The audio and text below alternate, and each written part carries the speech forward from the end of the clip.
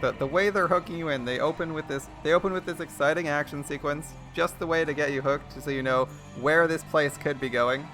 Then they put us in the shoes of a character who's going to school, and they pitch us like an alternate history that's got some really interesting twists, including, you know, the stuff you saw previously where it's like flying mecha. You're like, when did that take place? And then you have the teacher who, you know, I don't know whether he should even be saying that stuff, but that's not important. What's important is that he's pitching. Things are gonna change. Shit's gonna get real. And you are gonna be involved in it. That's why this is gonna be interesting. I hear this novel is really good. I've never played it. It's called Full Metal Demon Muramasa, and I believe it's mecha themed. This is going to be an interesting one. Published by Nitro Plus. I'm just going to turn the volume down before our ears get blown up. But if it's too loud or too quiet, you're welcome to comment. 信じるよ。この世には村正っていう名の正義の味方がいるってことを。That seems alright. Turn it down a little bit. 信じるよ。 Oh, good. この世には村正っていう名の So, 正義の味方がいるってことを。 I always look at settings for games. I'm actually impressed with these settings. Not only are they showing me examples and letting me set individual character voices, but they've separated all their audio nicely and have like a whole bunch of settings for me to pick. This is a really nice part. My first thought. Does it have gameplay? I'm not actually sure if it does.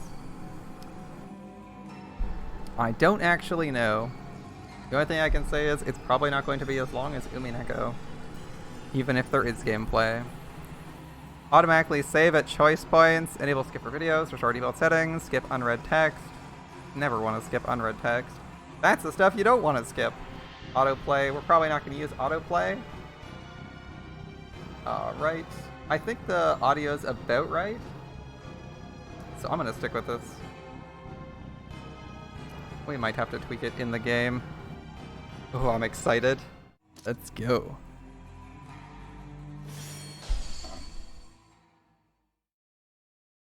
They got some theming in their menu selection. That was nice. It's always a positive thing when there's like good theming and solid options for visual novel. You know, at least someone put some effort into the part. After playing games with PC only releases that have less options, it's nice to see like a bunch of stuff. I'm assuming this is ported because it has a bunch of options. But it might just be that the publisher put a lot of effort into it when they did the translation, because as usual, I believe this game was also just originally released in Japanese and got a later release in English. Today's performance will consist of 4 acts. Okay. We begin with the duel. Well, you always want to start with something that's interesting. Okay. The stage, an open field at the edge of a tiny village. A company of soldiers stands in formation, rifles and swords glittering in the sunset. The burnished crimson glow makes their silence all the more threatening. I mean, I'm down if it's just swords. I'm down if it's swords and sorcery. Sign me up. At the front of the line stand the dragoons, tall armored warriors, tall and terrible in full battle dress, each worth more in combat than the entire company behind them. Okay, depending on the era, do dragoons have rifles? Or actually, they said rifles, right? Rifles and swords glittering. Yeah, we got proper dragoons. Okay. Oh, interesting. Interesting theming for the scrolling up and down here. You can still use like mouse wheel to scroll up down, which is nice. It's always annoying when you can't do that. So far pretty solid. The text is like strangely centered in the screen, but it's not really a problem. It makes me wonder if what resolution the game's originally made for. But at least it's really easy to read. Like, they didn't just stick it in the top left corner or bottom left corner. Their commander stands forth to address the village. His voice is clear and powerful, his words heavy with undisguised arrogance. この村が倉掛の反乱に組みした奸賊をかくまっているのは分かっている。おとなしく身柄を差し出せばよし。 Alright, I like the voice acting. My first thought is he sounds like he's in a tin can, but that might actually be good theming if he's wearing like a plate helmet, right? with a mask. Like he's gonna sound like he's in a tin can, because he is. We know you're hiding a traitor, a fugitive from Kurakake's rebellion. Hand him over at once, and if you refuse, we'll tear your village apart to find him. Is this Sekiro? It might just be. I mean, it could also... Actually, when was Ghost of Tsushima set? Because I haven't actually played that. His words are directed at the throng of villagers that has formed a wall before their home.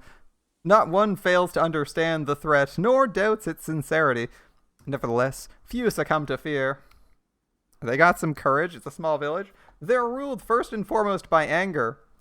Oh, is it a riot? Or are the attacking dragoons like, is this rebellion, a riot? What is the scenario we're walking into here?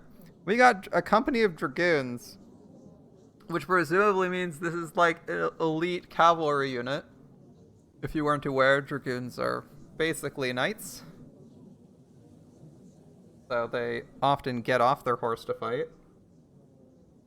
Much like knights used to do before stirrups were invented. As a fun fact, before stirrups existed, knights were around, and they used the horse to just ride to battle, dismounted, and then fought, and then rode their horse back.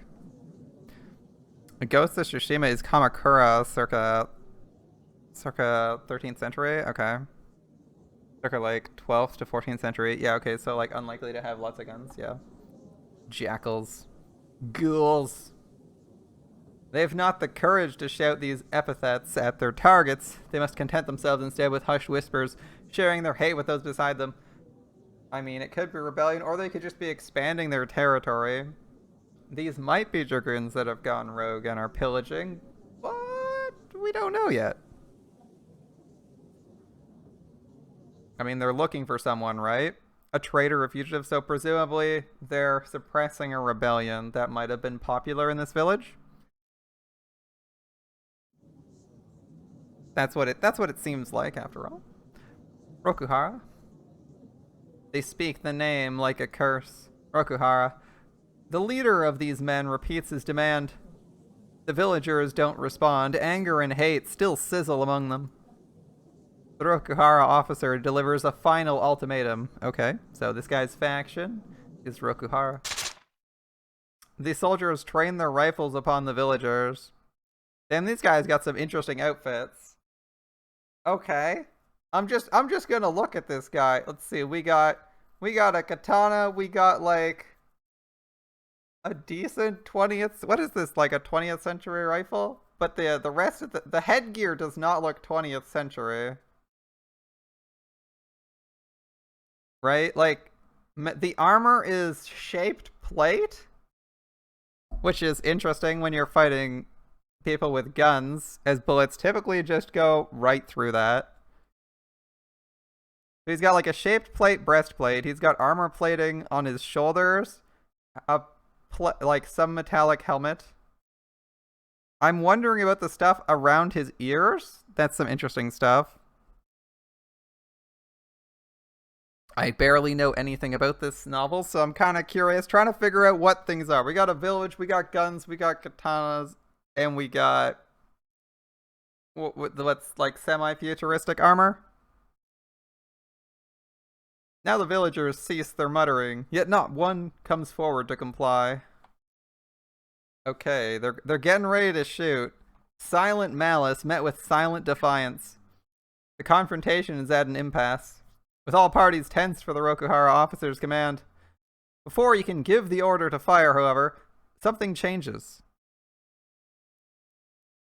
Yeah, it's like they started drawing science fantasy helmets, and then they're like, oh wait, this is like, it's like, wait, we're like drawing 19th century stuff. Scale it back a bit. The voices pick up again, louder than before, as the wall of villagers parts to reveal a new figure striding to the fore. You mustn't. Go back. They'll kill you. The villagers call for the man to stop. In answer, he says only, thank you for your kindness. The warrior strides toward the army. He too is clad in armor, the same as that worn by the Rokuhara warriors, save in one respect. Their armor is as good as new. shining fresh from the polisher's stone. His, however, is beaten and worn, the damage enough to hinder its performance. It is a difference emblematic of his status as the remnant of a defeated rebellion. The rebel warrior takes another step, but stops when a tiny hand seizes his steel fingers. He looks down to see a girl, perhaps 9 or 10 years old. She grips his hand with all her strength, refusing to let go. Without a word, he reaches out with his other hand and pats the girl's head, then gently frees himself from her grasp. Her eyes fill with tears, but the warrior doesn't look back. Leaving her behind, he advances on the Rokuhara formation. Several dragoons draw their swords upon seeing this, eager to claim the prize for themselves, but a gesture from their commander halts them. He alone strides forth to meet the fugitive warrior. Ah, I see. They just wear power armor. 2 men square off at the center of the field. You can't tell me that's not power armor. That is some serious armor. I wasn't sure if it was mecha or power armor. Now we know the answer. Power armor. Okay. What do I think of these designs? Interesting way they chose to do the designs. The characters looked mostly 2D. This almost looks like a 3D render. Interesting choice. But the sword looks good. The armor plates, I'm like the visually. Okay, if I take the thing and remove the textures, I think this looks all right. The one on the left I like a little bit more than the one on the right. The one on the right's got like this face mask design over the helmet's face, which is a thing. They put a face on the helmet and then they like put a mask over the helmet face, which is kind of strange. Does the left one have anything weird? No, I think they're pretty close. I guess maybe the extra plate on the chest on the right looks a bit better than the one on the left. All right, are they gonna have a 1v1 here? I guess the red on in the crotch area probably looks a little bit better than just flat gray in terms of aesthetics. This guy's got rounded versus squared shoulder pads. Interesting. Lots of small design choices. The guy on the right's considerably smoother than the blockier left guy. All right. What are you doing here, Saginuma? 昔の上官に敬意を示しただけですよ。家計少佐。元少佐。 Merely paying my respects to my old commander, Major Kake. Not that you deserve your rank. 村を見逃すとの言に偽りはなかろうな。You will keep your promise to spare the village? あなたの身柄を差し出すなら、村の罪は問わない。言った通りです。 If they hand you over, they won't be punished. I'm a man of my word. That's what they always say, right? ならばよい。で、貴様、よもや本気で俺とし合う気か。 Very well. So what now? You can't mean to challenge me yourself. 後ろの味方を頼んだ方が良いのではないか？ Perhaps you should ask your men for help. なぜそんな必要があります？ I fail to see the need. Has he surpassed his captain in skill? I suppose we'll find out. あなたは一騎打ちで敗北を知らないことが自慢でしたな。あいにく、そのような名誉を抱えたまま地獄へ行かせてはやれません。As I recall, you've never been defeated in single combat, and I'm afraid I can't allow you to take that fame with you to hell. ここへ置いていっていただく。六原に背いた者の最後には、一片の名誉とてふさわしくない。 Your legend dies with you. There can be no honor for one who's betrayed Rokuhara.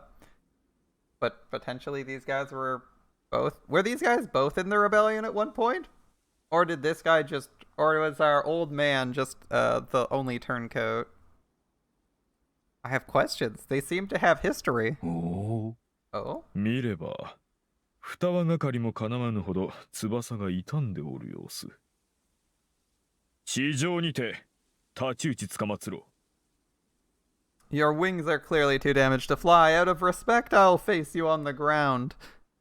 見上げた大言相互だ、鷺沼。あの青にさえが吹くようになったものよ。Oof, you've learned to talk like a warrior, Saganuma. To think a whelp like you would grow so bold. This guy's talking big. But if his armor is that badly damaged, he might be more talk than action. We'll see. ありがたく地層に預かろうか。Yeah. メイドの土産にその印いただいておく。I gladly accept your challenge. Your head will mount my mast as I sail to the underworld. もらうのはこちらだ Big か talk. そのしわ首を魚にうまい酒を飲める今宵が今から楽しみでならぬ。 It is your head that will fall today, Keke. I look forward to drinking out of your wrinkled skull tonight. This guy. At least the shit talking is exciting. So far, I like their choice here. So they have opponents on either side of the screen, and the way they do their dialogue box is they center the dialogue box so like the space between the two opponents is taken up, and you can kind of get a full view of the characters. A nice concept for the if this is situated on combat, to have like faction A on the left when they're speaking and faction B on the right, especially if it's conflict oriented, so you can easily distinguish both sides. That's cool. Each having spoken his piece, the Rokuhara officer and the fugitive swordsman, two men with no small history between them, draw their swords and face off for the last time. The soldiers and villagers alike hold their breath. Saganuma assumes the Seigen position, the point of his sword held at eye level, ready to claim his enemy's life with a single lightning thrust. And then here, okay, so they moved from the center position text box to the right so that they could show you the full pose of the character without obstructing you, right? So a lot of visual novels will do just a solid image for a short time and then do the text. I like the way they're moving the relatively small text box they've chosen to use around so that they can show you a picture without like disrupting your reading of the novel. That's a neat innovation that makes use of the screen space, because realistically you don't really need to have like 6 paragraphs of text, and this way we can get all our dialogue while seeing everything in the picture. If they keep repositioning the text box as it's appropriate for the pictures, I'm really gonna appreciate the effort they put into here. Another pose. Kake assumes the Raito position, sword held over his right shoulder, ready to cleave his foe in two with a single mighty stroke. And there the warriors remain motionless. Time rolls on, passing them by. He seems to be writing this more like an actual samurai duel. That's cool. Because it's usually not too many sword clashes. Usually a little bit of positioning, shuffling for positioning, especially against multiple opponents. Followed by, ideally like a single telling strike. Sweat drips from the villagers' clenched fists, and even most of the Rokuhara soldiers can only look on in amazement. A few among them, however, have grasped the meaning of this stillness. They tremble in anticipation of the exchange to come. The intent of both combatants is clear. Saganuma will thrust, aiming for the throat. Any slash from his current stance would require him to first pull back his sword, which would give the initiative to his enemy. The thrust is his only option. As strong as Dragoon armor is, there are weak points that one can exploit. These are the joints whereby the warrior is able to move, and the most vulnerable of these is the throat. Hence, this will be his target. Kake will slash downwards, aiming for the neck. This is another weak point in the armor. By tilting his sword slightly as he strikes, he can slide his blade through the gap where the helmet meets shoulder and cut diagonally into the chest cavity.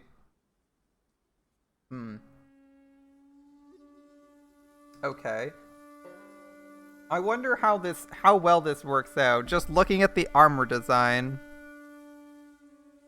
If the gauntlets, I guess you really don't want to lose access to one of your arms even on like super heavy armor that you can't really cut through.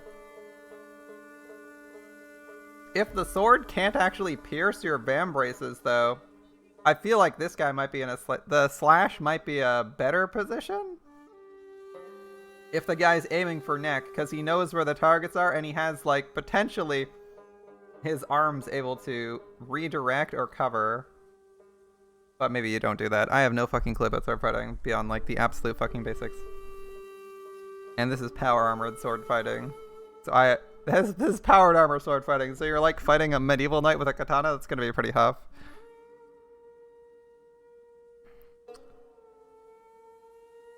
As with his opponent, he too would have to reposition his weapon before choosing any other attack.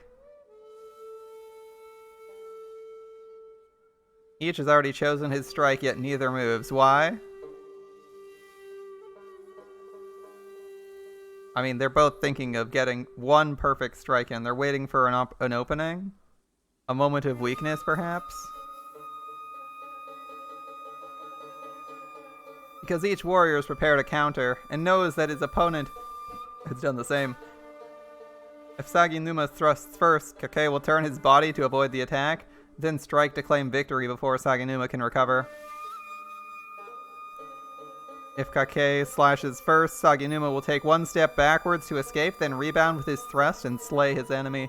Each has a defense to go with his attack, the former no less deadly than the latter. Knowing that death awaits should they strike, the combatants have entered a stalemate. In such situations, the duel becomes a contest of endurance, physical and mental. For this stalemate to continue, both Saginuma and Kake must hold their stances perfectly steady, while at the same time maintaining the intense focus needed to react to their enemy. Yeah, that's a tense stalemate. If you're, like, confident, if you're positive that you can block your opponent's attack if they attack, and are waiting them to go for them to go first, whew, that'd be a long wait. That'd be a tense wait, because, like, if your concentration lapses and your opponent notices it, they attack and kill you, right? This effort exacts a tremendous toll, like walking a tightrope across a chasm. Sooner or later, one will falter, and the other, if he still has the strength, will seize that chance and strike. Saginuma, the Rokuhara commander, Kake, the rebel warrior. Who will falter first remains to be seen.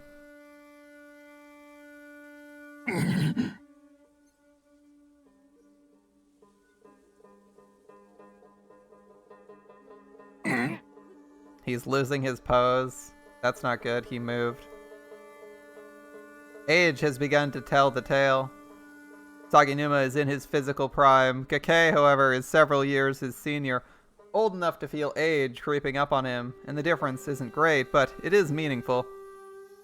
If this continues, Kake will eventually succumb to exhaustion and become fodder for Saginuma's blade. Should he wish to avoid that fate, he has no choice but to strike first, and stake his remaining strength on the only hope of victory. It is a slim hope, however. Saginuma, who valiantly chose to face this veteran swordsman alone, shows no sign of overconfidence. His senses are trained on his former superior, ready to act, or react to the slightest motion. Thus, Kake's fate would appear to be sealed. Death if he strikes first, and death if he waits. To an observer, the two warriors might seem as statues.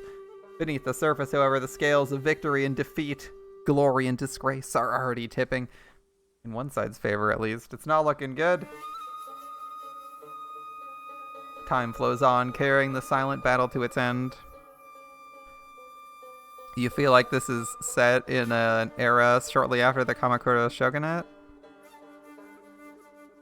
Like like they added mecha to the time period? Or they just took the name of Rokuhara Tondai as the shogunate? As their new shogunate? Maybe. I think I don't know enough Japanese history to make a guess like that. Slowly but surely, the older warrior's breathing grows labored, and the trembling of his knees becomes ever more pronounced. A number of soldiers smile to see these signs of the tilting balance. Fortunately, none of the villagers has noticed yet. Still, a sense of doom seems to have reached them. "You can do it," one of them cries. Perhaps that cheer was what he needed. Kake strikes, launching his body forward with a sharp exhalation. Saginuma responds without missing a beat, as calmly as if he were strolling along a beach. The battle is decided. No deity has intervened in Kakei's favor. He is committed to his attack, and now all that remains is for the inevitable sequence of events to play out. Saginuma will dodge Kakei's slash, and with his counter thrust end the old warrior's life. There is no other way this can end. Unless, of course, one of the fundamental variables is not what it seems to be. For example, what if Kakei only looks committed? Rather than cleave the air before Saginuma's eyes, Kakei's sword suddenly shifts direction and reseats itself at his left side in preparation for a rising blow. Feign a downward slash to force Saginuma to retreat, then take him out with the real slash through the armpit or groin while he defends. Kakei's plan is a simple one. However, if this had been his intent from the beginning, a seasoned swordsman like Saginuma would have read it. It is effective precisely because it was spontaneous, born in a flash of desperate hunger. Kakei's need to crush this enemy, though this will not change his ultimate fate. In a fraction of a second, the balance has shifted once again. And now Kakei looses his true attack, slashing upwards to cleave his enemy in two. Where does this attack aim to hit? Are you aiming for, like, armpits here? Or the elbow? Or the joint? Which joint are you aiming for here, I wonder? His opponent's holding this, so you probably can't hit armpits here. Maybe wrist? If you have to hit a joint, where are you hitting? It's going up, so you can't go... I assume you can't go for the head unless you're, like, going right through the armor. The decisive stroke.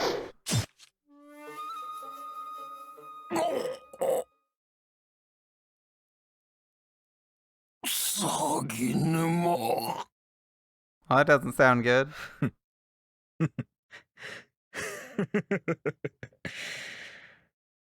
I mean, we had a whoosh and then a hit following it, so we knew how that went. すでに先のない身だ。相打ちでよかろうに。You knew this was your last battle. Why not trade your life for mine? 無用の欲をかきおって。You set your sights too high, old man.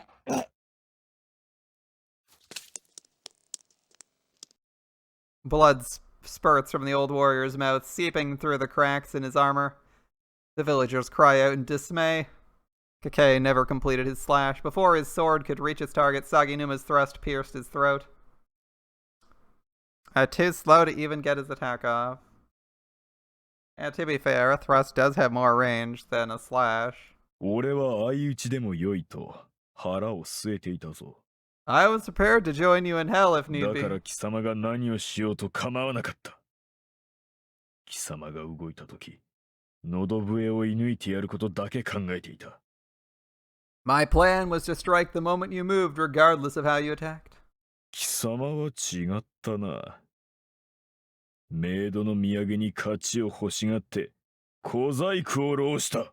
But you wanted a victory to take you to death, so you resorted to trickery. ために And now- 惨めな最後を迎えることになったわ。 You end with nothing. 死ぬがいい。 Die, Kakei. 六原に立てつく武人も貴様で最後よ。大将領足利森氏公のもと、大和の部の一党はなる。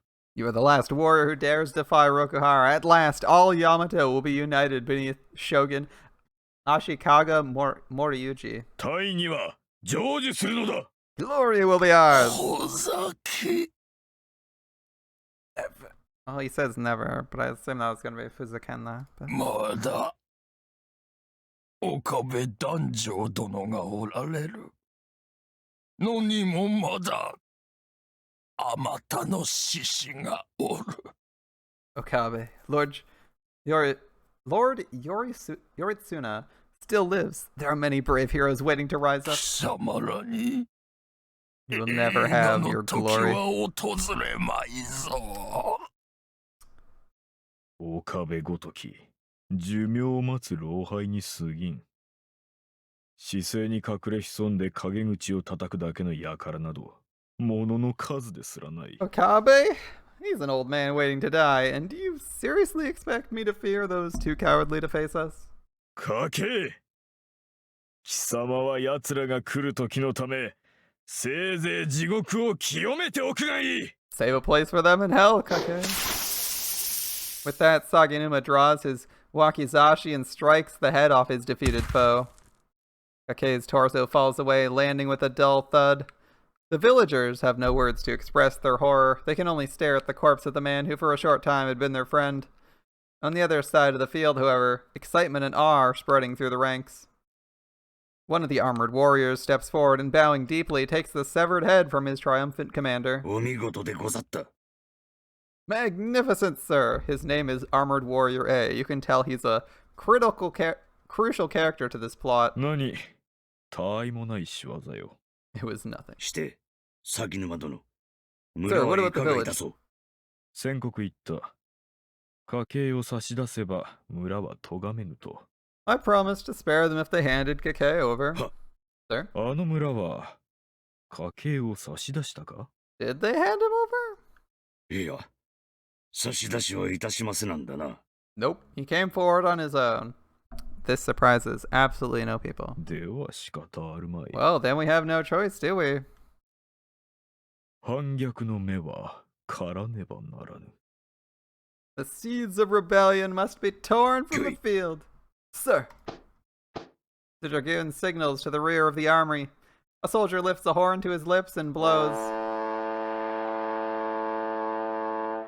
The rousing note echoes across the field, and the soldiers raise their voices in answer.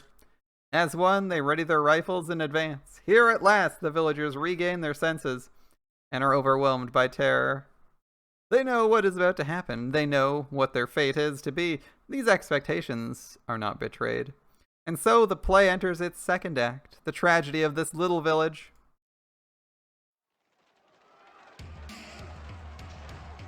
For the heavily armed soldiers, this isn't a battle so much as a hunt, and an easy one at that. These prey are far less agile than the beasts of the wood, and in their terror have taken leave of their reason. As villagers flee in panicked disarray, soldiers take aim at their backs and fire. One man goes down with a bullet in his spine, vomiting blood and tears as he convulses in the dirt. As villagers kneel and beg for mercy, soldiers lay into them with their swords. One old woman clutches her cloven head, screaming as brains scatter like pulp from a shattered melon. The soldiers kill, the villagers die. These roles are fixed with no hope of reversal. This is no battle, perhaps it's not even a hunt after all. At length, however, a handful of villagers find the strength to fight amidst despair. Knives, scythes, axes, arming themselves with whatever they can find in their attics and sheds, they hide in the shadows and wait for careless soldiers to pass, falling upon them from the rear. An old hunter with his trusty rifle proves particularly deadly, moving skillfully from cover to cover while sniping at soldiers at every opportunity. With each soldier who goes down beneath his crosshairs, the woodsman sinks deeper into a mad ecstasy. I'll kill you all, he thinks, enraptured. I'll pay you back for what you've done. Alas, his vengeance is not to be. A terrible demon for whom the hunter is but an insect has set his sights upon him. The old sharpshooter's skill at concealment is the product of a lifetime of experience. From the ground, he's all but invisible.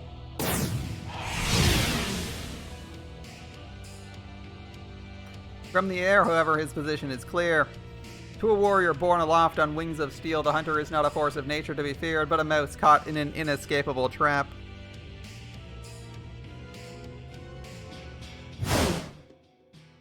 They have power armored suits, like I said.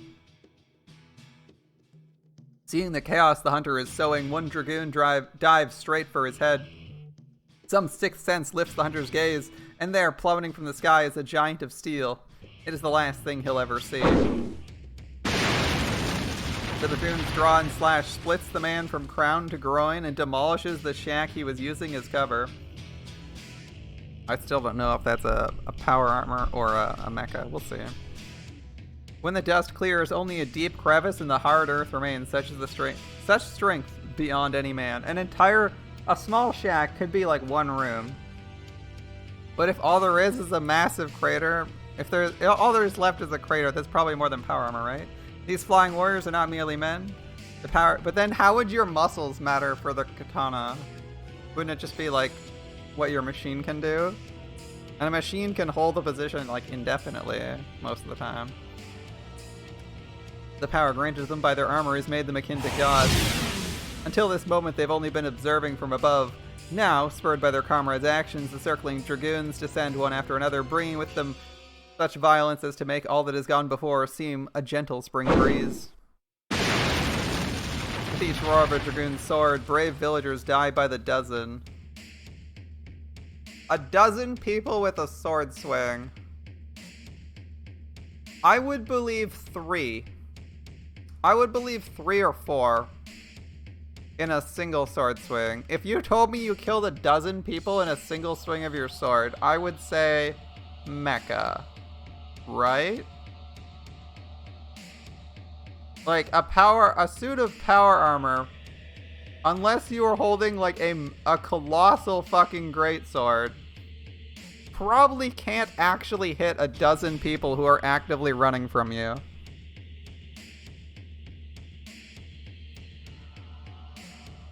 In a single swing, right? Like just going by even Space Marines don't kill a dozen people at once in one swing. Bodies are physically just too big to act. Bodies are too separate to hit that, so this is probably a mecha.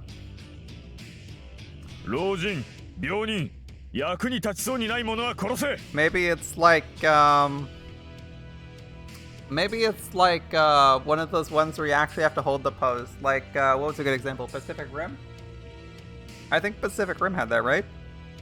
You physically posed for your monster. You physically posed for your mecha. It might be like that. I'm gonna go with that theory until they tell me exactly how big these suits are. Because a dozen per swing is fairly large. That would be larger than power armor, because you wouldn't be able to actually articulate your arms in that. Kill the old and the sick, those who can't be 労役に耐えそうな男、若い女、それと子供は捕らえて足の剣を切っておけ。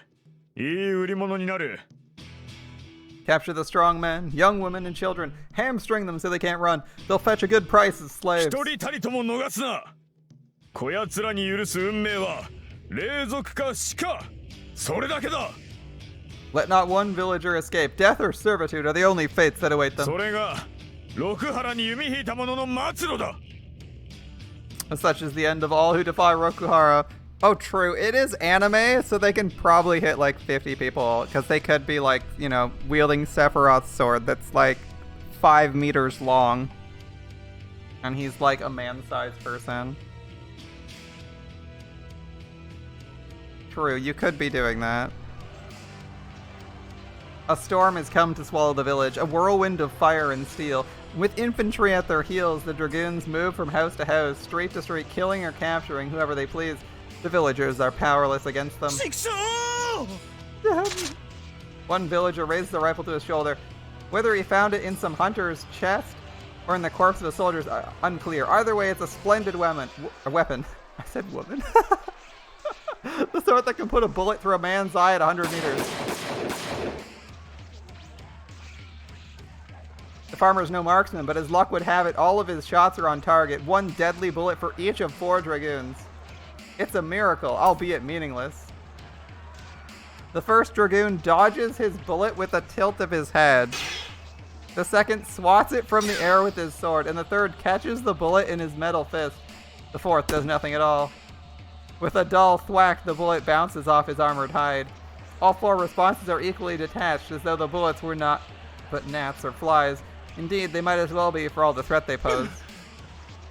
The man's will to live, perhaps, deserves praise, though his next actions are hardly sane.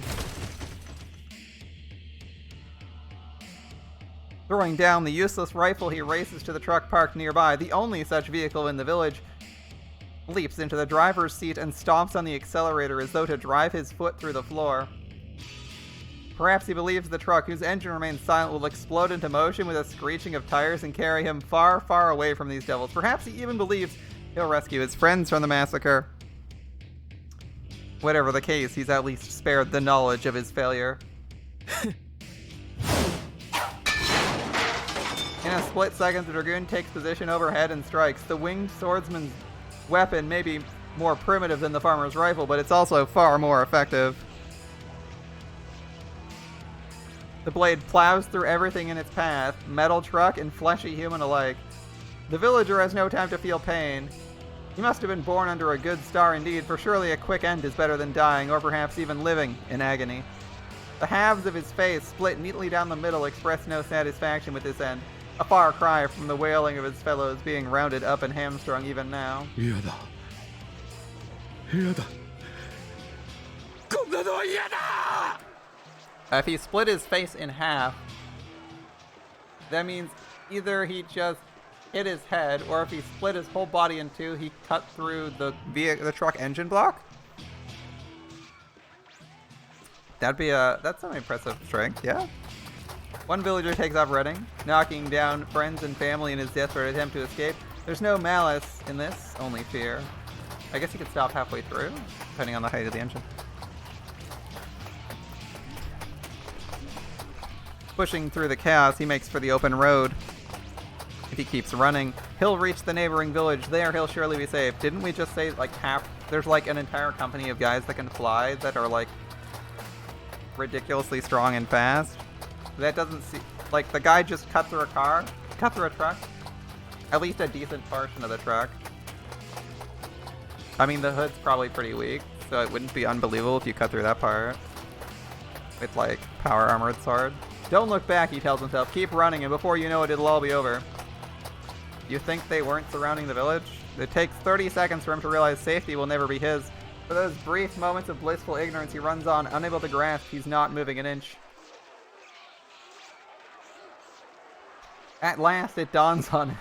One of the armored warriors has taken him by the collar and lifted him off the ground. His feet must have been pumping air all this time. 戻れ。 Get back with the others. The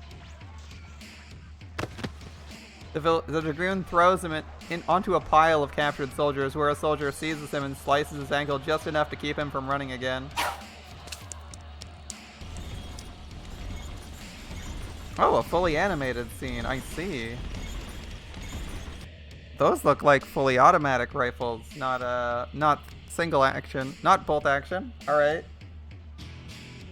One by one, villagers are rounded up and reduced to worms. Now and then, a lucky one meets a human end, if such a thing exists. Death or capture are the only fates available to them, just as the Rokuhara commander decreed. And even this choice is not theirs to make.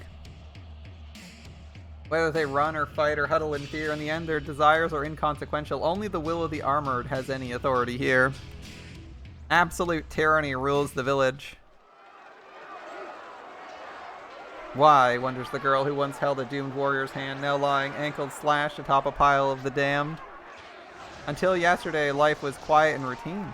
Her father, a lumberjack, would go out every morning and come back at sunset with bundles of wood. She'd play with her friends or help her mother attend to their daily chores. Every day was peaceful, the same as the last. And now it's ruined, shattered to pieces without warning. Why? Why did these men destroy their village? Well, the schoolmaster said that bad deeds are punished, and if you hurt someone, you'll suffer. Did I hurt someone? The girl asked herself. Did her father or mother? What about the other villagers who died, or those lying nearby, ankles slashed like hers? Were they wrong to take in that man? Kake, to give him food and a place to sleep? But he was nice. The adults all said they'd never known a more honorable warrior. Was it that? Was it something else? If the villagers are being punished for some crime, what will happen to those who did this? I guess we'll have to read the story and find out. Since they aren't being pitched as the protagonists. Will the soldiers meet the same fate one day? They have to, otherwise the rules don't make sense. But who? The soldiers are so strong they wiped out this village in the blink of an eye. Who will do the same to them? Who can punish these titans of steel? Can anyone? If not, then the cycle ends here. The villagers alone will suffer, never knowing what it was they did wrong, and the demons who forced this suffering upon them will never have to answer for it. It's not right. It's not right. It's not right, cries the girl who can't stand, her voice lost amidst gunfire and screams.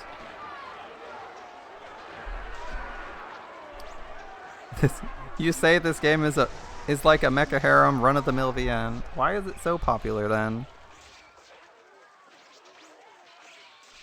I'm reading it because it's apparently really good.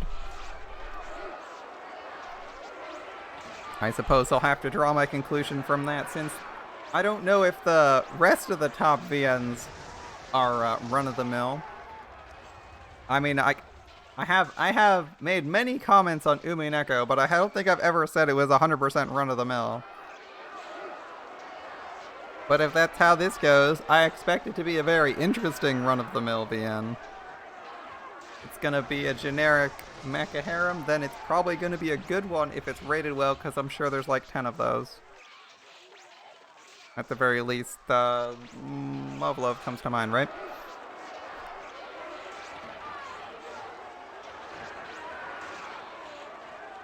I mean, Echo was wrong, so it would have had an editor. Oh, yes. Someone, anyone, I won't ask you to help. Please, don't let it end with us.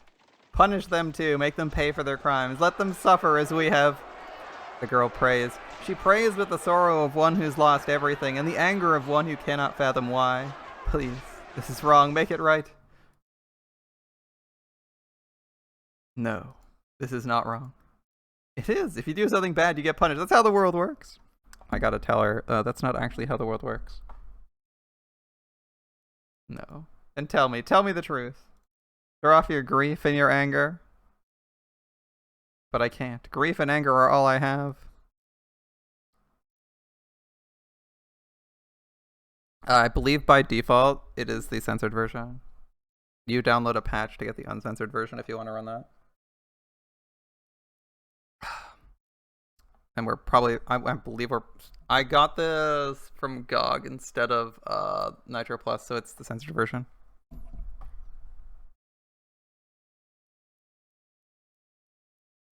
I do. You do not. You need no grief, anger, hate, or malice? No, you do.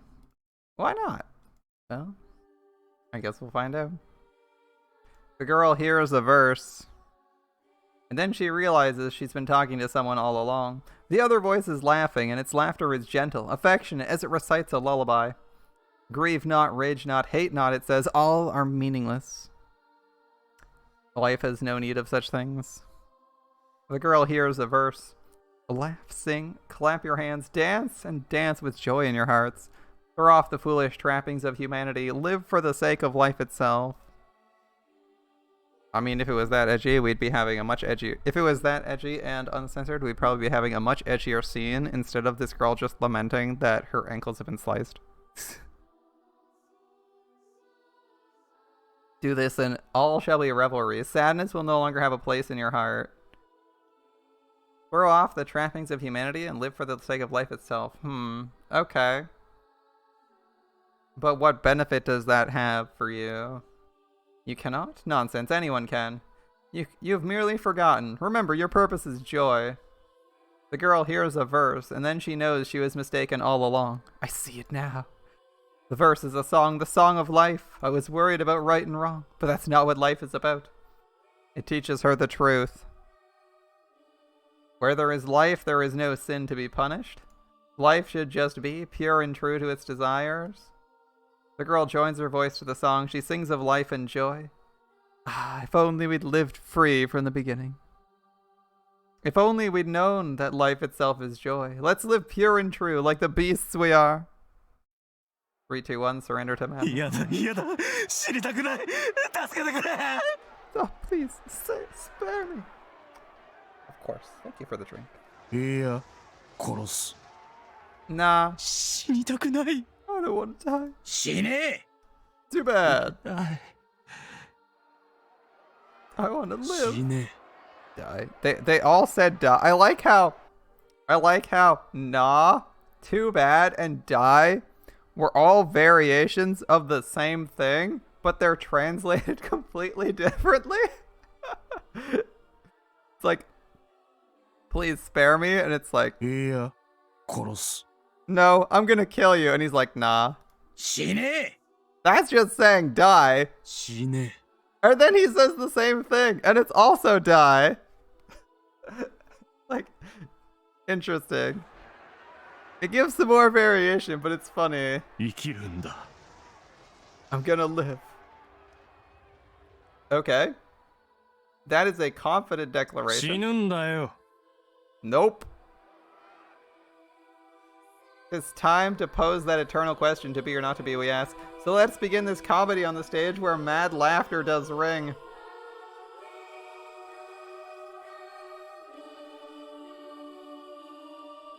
Okay, bring it on. Do I have to click here? Alright, I will. The first flying armored warrior. Those are big ass wings, by the way. Like, look at the size of those things. Oh, interesting. If you mouse over to the right of the screen, you get quick save, skip, hide text. Oh, nice. Yeah, those are huge. Damn, alright. Those are huge ass wings strapped to their thighs. I guess that seems to make sense. If they have like a gas tank on their back, then the wings have to be attached to their thighs. There isn't a lot of space. That sort of makes sense. Okay. We got a quick save here. That's cool. Okay, no more hiding text. What am I hearing? A Kinchocho transmission? No, it's something else. It feels like it's inside my head. There are no heroes in this story. Oh, you've already read it. Huh. Well, in that case, this will be interesting. Everyone's effed up. Sometimes those are the best stories. When you realize that everyone's bad. Everyone's bad in some way. Me being something of a fan of 40k, I'm perfectly okay with reading stories where everyone's kind of evil. Or at best, morally gray. Where's it coming from? Thunder howls as the loyal dog sinks his teeth into the thief's soft flesh. In her warm nest, the chick calls out for her mother, closed eyes blind to the slithering snake. On the wide savanna, the lion stalks his prey, golden mane puffed with pride. The steam burbles softly as frolicking children crush the frog's eggs beneath their bare feet. You who preach life's sacred meaning, heed the jester's heartfelt lies. You who fear death, scold embrace, know that his mask is but a mirror painted black. Question life's purpose, and the jester and death will lift a spoon. Embrace life's pleasures, and the jester and death shall doff their crowns. Run and dance, beasts of the plain, laugh and sing, and feast and fight. For now, all chains and cages have crumbled to dust beneath your feet. Okay. That's quite the limerick.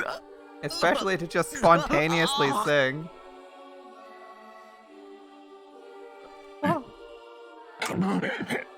So does like everyone in the town get driven to madness? That could be a pitch. These villagers and guards are clearly all feeling something from this.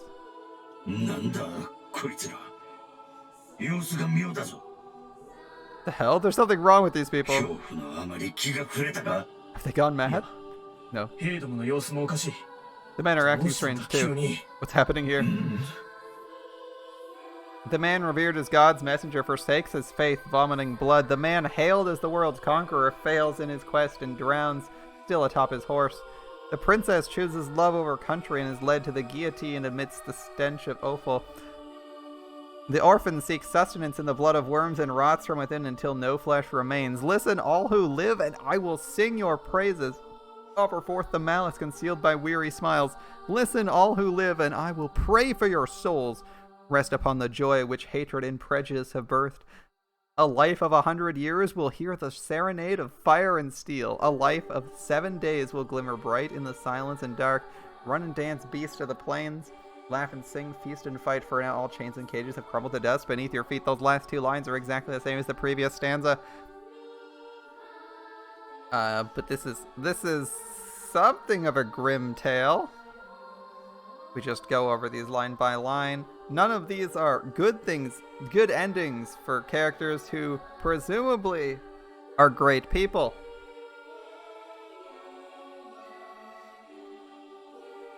It's telling us the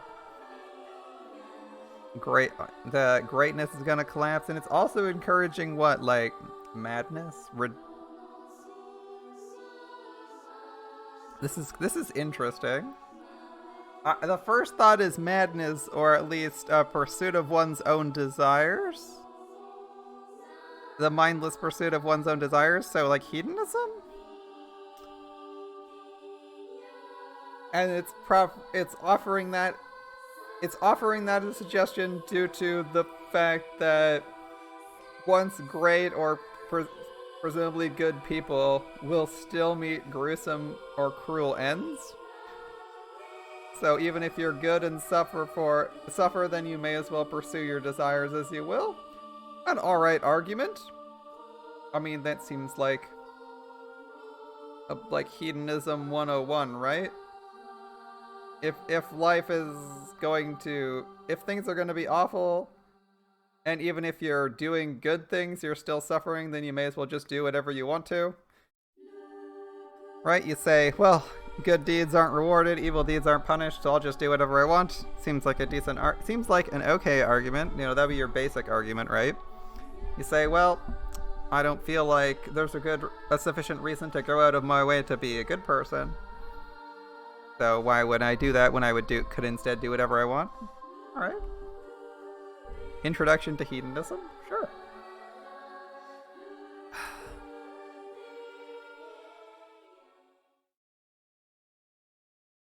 The tragedy ends and we come to the third act.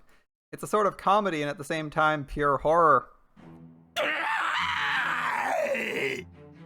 I'm curious what effect it's having on the soldiers. The villagers are all singing this, which is strange. Like, is there something going on in the village? I don't know.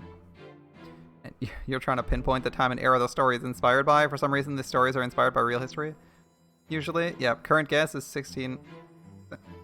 A few is like the 1600s.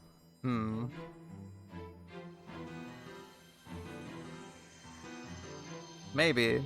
The setting is certainly interesting.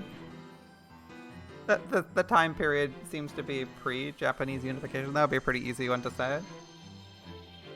And that's all I have an argument for. They're clearly using a bunch of fancy technology, and even mentioned they had an actual truck with an engine. But we can just move technology into the past and retell a similar story. That's perfectly fine. As it seems like that's what they're doing. They might be retelling a story set in another period with higher technological levels. Could be a good pitch. Who do you think you're shooting at?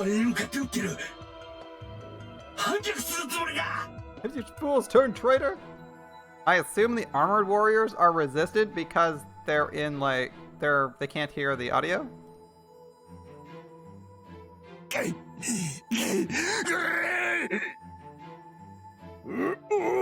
Oh, all the soldiers fucking lost it.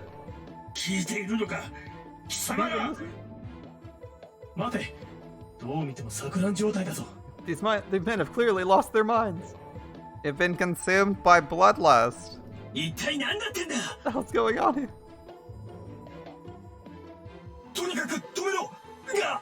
Stop this! Whoa.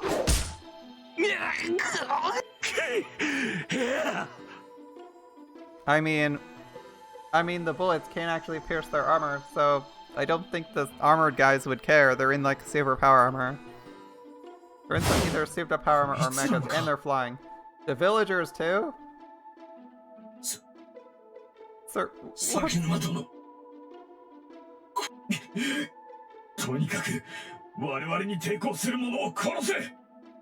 Kill everyone who resists. Very efficient. Imagine invading a village with like literally multiple companies of soldiers and losing everything but your super elite soldiers. That would be like the biggest fucking blow. Like imagine you lost. You came in with two companies of soldiers. You lost an entire company to unarmed villagers. Yeah, we lost an entire company to unarmed villagers that didn't even have weapons when you started shooting at them. Correct. What a Pyrrhic victory when these guys walk away from it. Why do you say that? I mean, How would you? Oh, okay. Like, what? How would they report this? They went mad and our own soldiers randomly started shooting us, so we gunned them all down. Man, there's no way you get away with that, right? Like, clearly you say that the villagers resisted killing them all. But that's gotta make you look super incompetent, right? An entire company dead to unarmed villagers. Like, holy shit, what a loss. Like, even if the company's only like 120 guys, that's still like really bad. Like, it's like, there's like 100 people in this village and you're telling me every single one of them killed at least one soldier, and you're like, yeah. What were you guys doing? You're like in power armor, and they're like, guess we were too far out to help.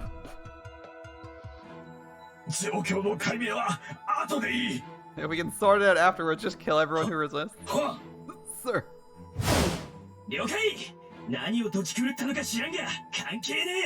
Oh, you crazy bastards. I don't know what's gotten into you, and I don't care.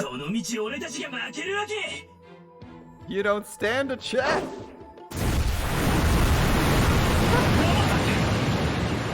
Yamazaki. Oh my god, if they all die, that's gonna be so funny. I'd be like, wow. What? Who shot him down? Where'd it come from?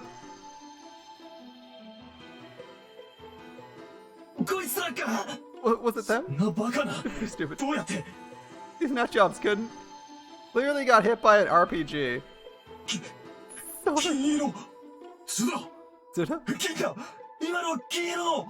Silver, I saw a flash.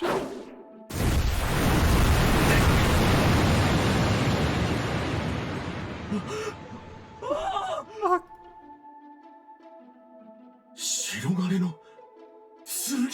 A silver tsurugi. Ginsego.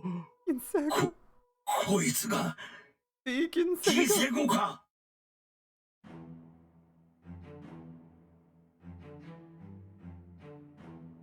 Question life's purpose, the gesture will lift a spoon. Embrace life's pleasures, and the gesture of death shall doff their crowns. Run and dance. Laugh and sing, feast and fight. For now the chains and cages have crumbled to dust beneath your feet. This guy gets summoned when people go crazy? Oh, that's cool. Does he cause people to sing that? That would be a cool effect. Like, in your presence, people just go crazy. A madness-inducing pursuit. The Angel of Slaughter. Destroyer of worlds. The Reign of Death. Silver Star Ginsego. 'Tis time to scorn that eternal question, to be or not to be we laugh. So let's begin this comedy divine on the stage where lamentations do ring. Wait, so if there is, I assume they don't believe it exists, but if there is a being titled the Angel of Slaughter that is summoned by massacres, would not massacring people not be like a priority here? Go with I like how they picked like 4 names. They didn't just give him one title. They went with like 4 super edgy names. They're like, oh yeah, Angel of Slaughter. Yeah, that's a fucking sick name. What about Destroyer of Worlds? Yeah! We need to know that the Reign of Death, like, wow. Like, stick with one edgy name. You're absolutely right. Yeah, it's like, they didn't just pick the name an edgy teenager would like. They were like, they like had a list and they were like, which one do you think is good for this character? And they're like, yes. Do you mean you like one of them? All of them. We're putting all of them in the story.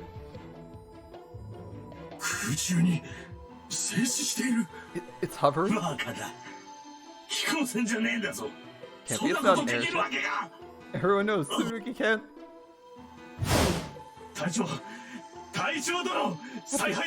What do we do?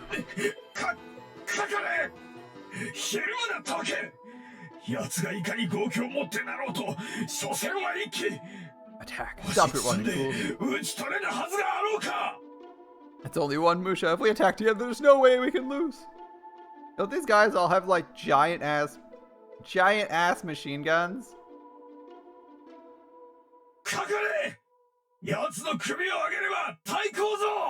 Charge! Take its head and we'll be heroes! Sir. Oh, they all went with swords over guns. Disappeared. Where'd it go? Above! Cool! It's too fast. Rifles. Use your rifles, keep it pinned. He already ordered the rush in. This guy doesn't seem like he's very good under pressure. I don't know whether he's panicked because he's facing like a legendary warrior who he thinks is gonna crush him anyway.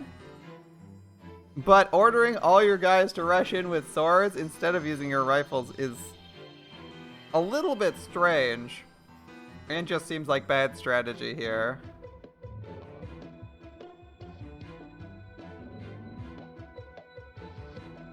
Like even I think even like most samurai towards the modern period, they focused on using their rifles more. Like they're not dumb people.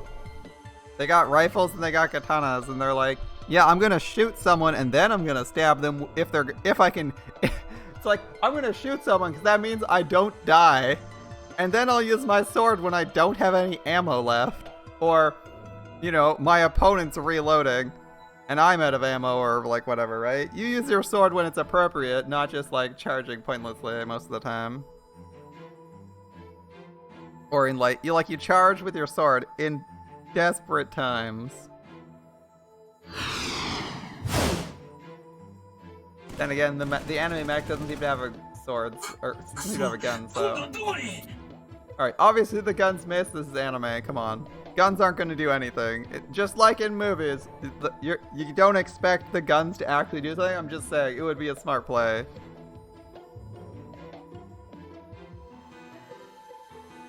Okay, where did Sakaki! Sakaki! Oh, he's gone. Sakaki, what's your status? I'm alive, my arm's busted, it got my wings! I can't fly! Sakaki, get out of there! Huh?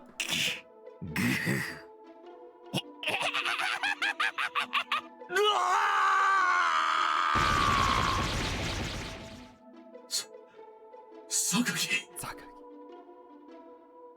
Oi! Get it together, it's coming straight for.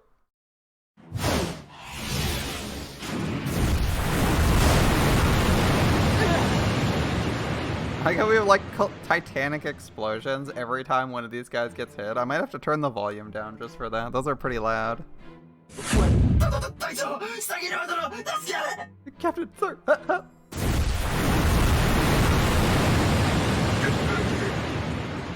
We've had like at least three graphics for the new mecha too. And they aren't reposes, that's interesting. A lot of these, the army mechas were like reposed. But the new guy's gotten like at least three separate images in completely different poses. Here we go. Can I go to the configuration? I'm gonna turn the audio down a little bit. The sound effects seem a little loud. Not that I hate them. I just don't want them to be overwhelmingly loud. Wow, this is a really fine adjustment tool. That's cool. Okay, that's probably good.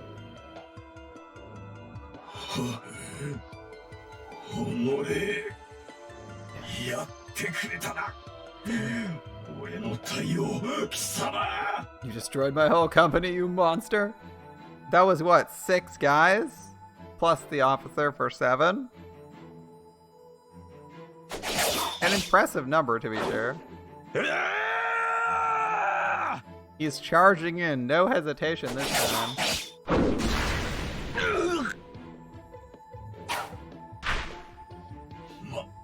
Oh, it's got a sprite now. Nothing works. They're useless. How? Interesting mecha design. We have like the regular guys on the left, And again, due to their positioning of the box, I don't actually need to hide anything to take a look at the new mech in all its glory for the sprite it has. All its sprites' new glory, which I gotta say, it looks better than the guys on the left. The gray texture doesn't quite look like metal, and it looks like like the texture is like a weird render. Like you rendered something in a 3D modeling program, but didn't quite get the texture right for metal.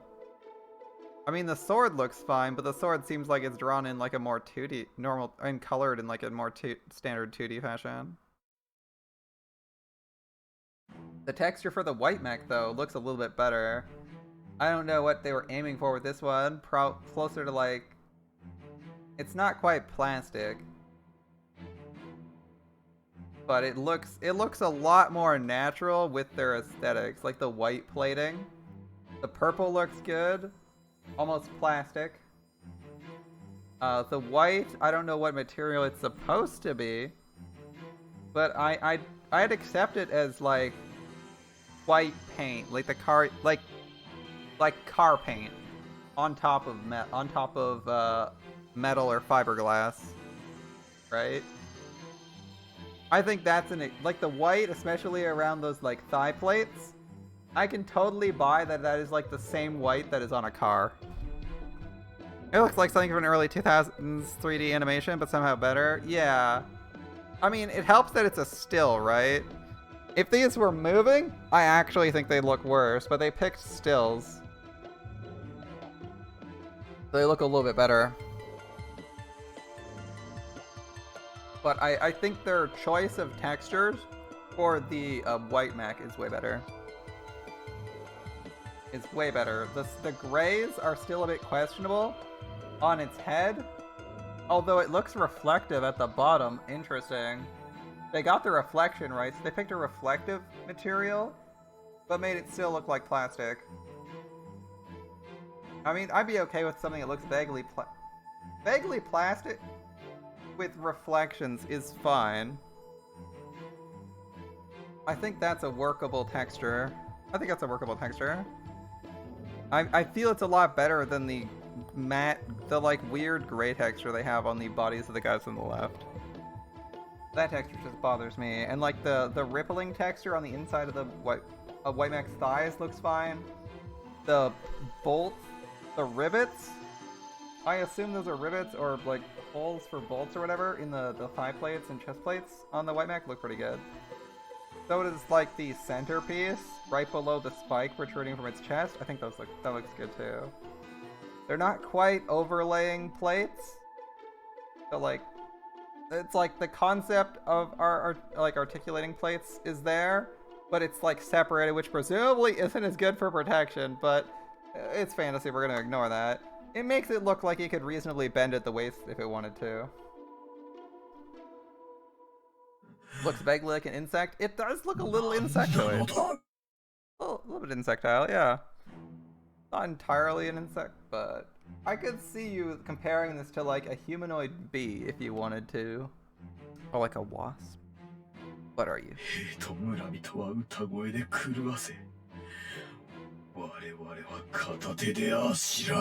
You drive men mad with your cursed song and scatter dragoons like helpless children.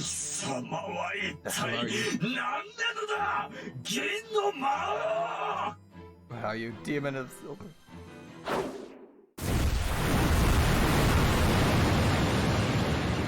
Back to a front shot, where it seems like the sniper are indeed reflective. Possibly metallic. I don't think I need to read these voices, but they sound so funny. Alright. I will sing your praises, offer forth the malice concealed by weary smiles. Listen, all who live. I will pray for your souls and rest upon the joy which hatred and prejudice have birthed. A life of 100 years will hear the serenade of fire and steel. A life of 7 days will glimmer bright in silence and dark. Run and dance, beasts of the plain, laugh and sing, feast and fight, for now all chains and cages have crumbled to dust beneath your feet.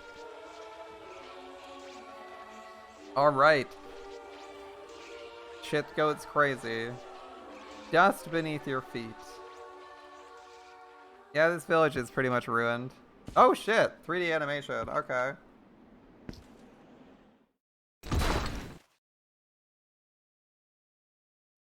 And a new challenger appears. 2 katana, big shoulder pads, very Japanese. That's very much mecha Japanese armor, even more so than the previous army soldiers. It looks good too. The 3D animation there they had, I think they appropriately disguised most of the textures in most of the pieces in motion, so that it didn't look bad. I was actually surprised they just randomly had like a 3-second animation there. And no, it wasn't there long enough, and it was in shadow enough that you couldn't see anything bad about it. Because one of my problems with a lot of 3D animation in anime is that it's like fully illuminated and it just looks bad. A good example I'm going to use for this is Tiamat from Grand Order. Tiamat looks terrible in the first episode she shows up in, because it's broad freaking daylight. There's basically nothing else going on to dry your eyes away from it, and the 3D model doesn't look that good. Kind of sucks. It's like big in center stage, it doesn't look good. And then in the later episodes, even though they're using basically the same model, or like have the same quality of 3D animation, it looks better because they appropriately shade it. They put it in environments where the entirety of its body isn't prominent, and they give you something else to look at the same time, a lot of the time. So you're still entertained even if the 3D animation's a little jarring. Right? Like, the important thing is if you have something that like clashes with like the normal aesthetics. In this case, it's clashing a little bit with the 2D aesthetics, but we haven't established like a normal anime 2D aesthetic, so it kind of works either way. But I'm just like explaining how my feelings of like generally 3D animation go. I feel it should go in your 2D anime. You want to make it look like it matches the rest of the environment. And using darkness to obscure large portions of it is an effective way to make the parts that would stand out look better. And I think they did a good job of that in that short animation there. You got the weight of its movement, you got the movement, and you got the 3D without it looking terrible. Was that the best animation I've ever seen? No, it was way too short and not enough happened. But it was a good use. And surprising. They synchro summoned Sword Soul's Grandmaster Chichao. Next they're dropping Baron de Fleur. No. I mean, Baron could totally take this guy out, right? Just sack Baron.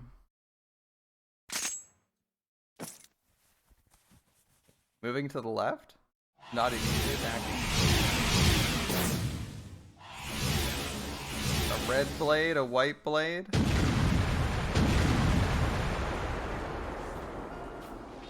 The 2 stars spiral into the heavens, meeting and parting and meeting again. The crimson star is a savage wolf, ravenous and frenzied. The silver star is a mountain doe, graceful and serene.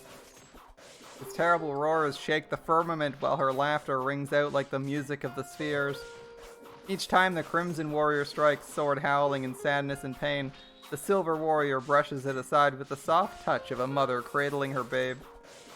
So,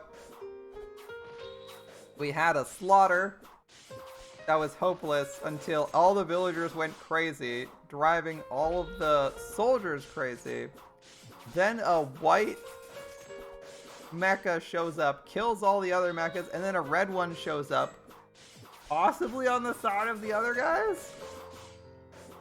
And they start fighting. Okay. Rage, grief, guilt, and sorrow meet with joy, compassion, acceptance, and ecstasy. The 4th act. Is this another duel to close the night as it began? No, it's no duel. It's a mating ritual, a courtship dance, the elegant princess deflecting the advances of her boorish suitor.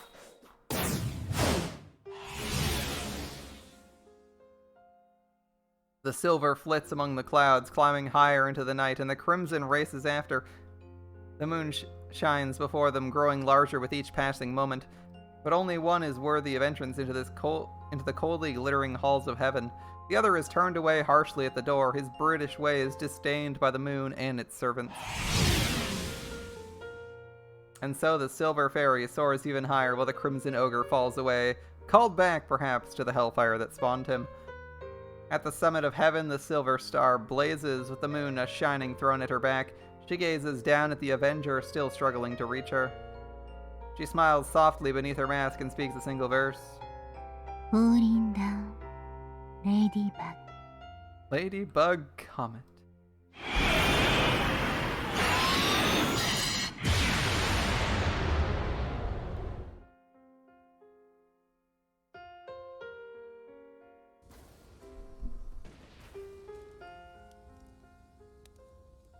If that lasted any longer, I was gonna say I was getting Beast Wars vibes from that animation. That is around where it was. It looks like you're beaten. My Nodachi? What are you doing? Eggs? You mean to spread more of those foul seeds? How many will you infect with your madness? Wait. Stop this. Cut it. Your normal sword souls mirror match. That's what this feels like, doesn't it? Full Metal Demon Muramasa. An interesting opening scene. I liked it. An interesting pitch. We got two mysterious mecha power armor suits. Still haven't decided. He never wished for destruction. He's not so childish as that. It's very Sword Souls, straight from Yu-Gi-Oh! So I hope you like the aesthetics. That's what we read. A duel between these two. I mean, that's basically what it was. It was simply the only option left to him. What he truly desired was eternity. You seek eternity, not destruction. I mean, we still don't know what your objectives are. Were you looking for revenge for the other people? It's kind of weird, right? Did the white mech bring the madness, or did the red one? The red one seemed angry, but he also implied that the white one brought the madness. But if the white one's saying give up vengeance, why is it going out and delivering vengeance? Or is it claiming that it's like vengeance is for me, you know? Like quoting God when he says, vengeance is mine, saith the Lord, you know? Like, oh no, you don't take revenge, I do. You give up everything and I do it. Is that maybe the idea it's posing? It's just strange that it goes in and does all the killing. Or maybe it just wanted all the people to be free and doesn't really care what they do, and it was interrupting the soldiers who didn't listen to its words? Maybe that's the way it was going. Like, alright, I'll drive all these people to release their burdens and go crazy. These guys who aren't listening, I just gotta kill them because they're in the way, you know? It might be completely unrelated to the events occurring in the village. It just looks at them and like, you not listening to my song? I gotta kill you, bro. Maybe that's the way it's going. I'm interested because I have questions, right? I have questions, and it doesn't seem like they're questions the story won't answer. Alas, eternity was ever out of reach. If all that he loves is doomed to ruin, then let it at least be by his own hand. That's his only wish now, and perhaps he's a child after all.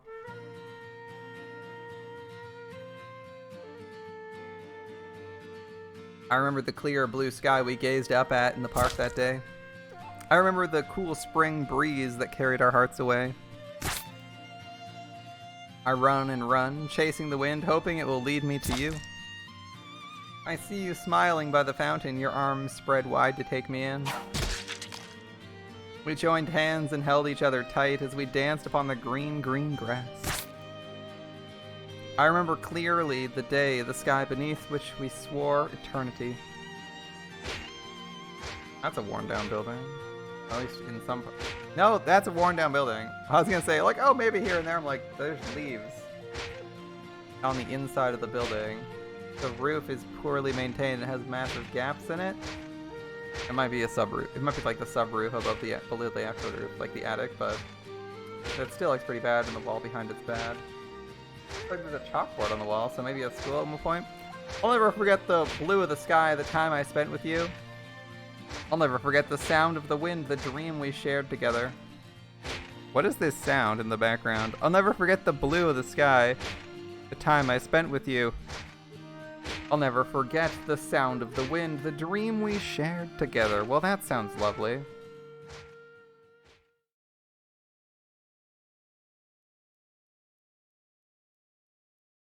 Chapter 1, The Crimson.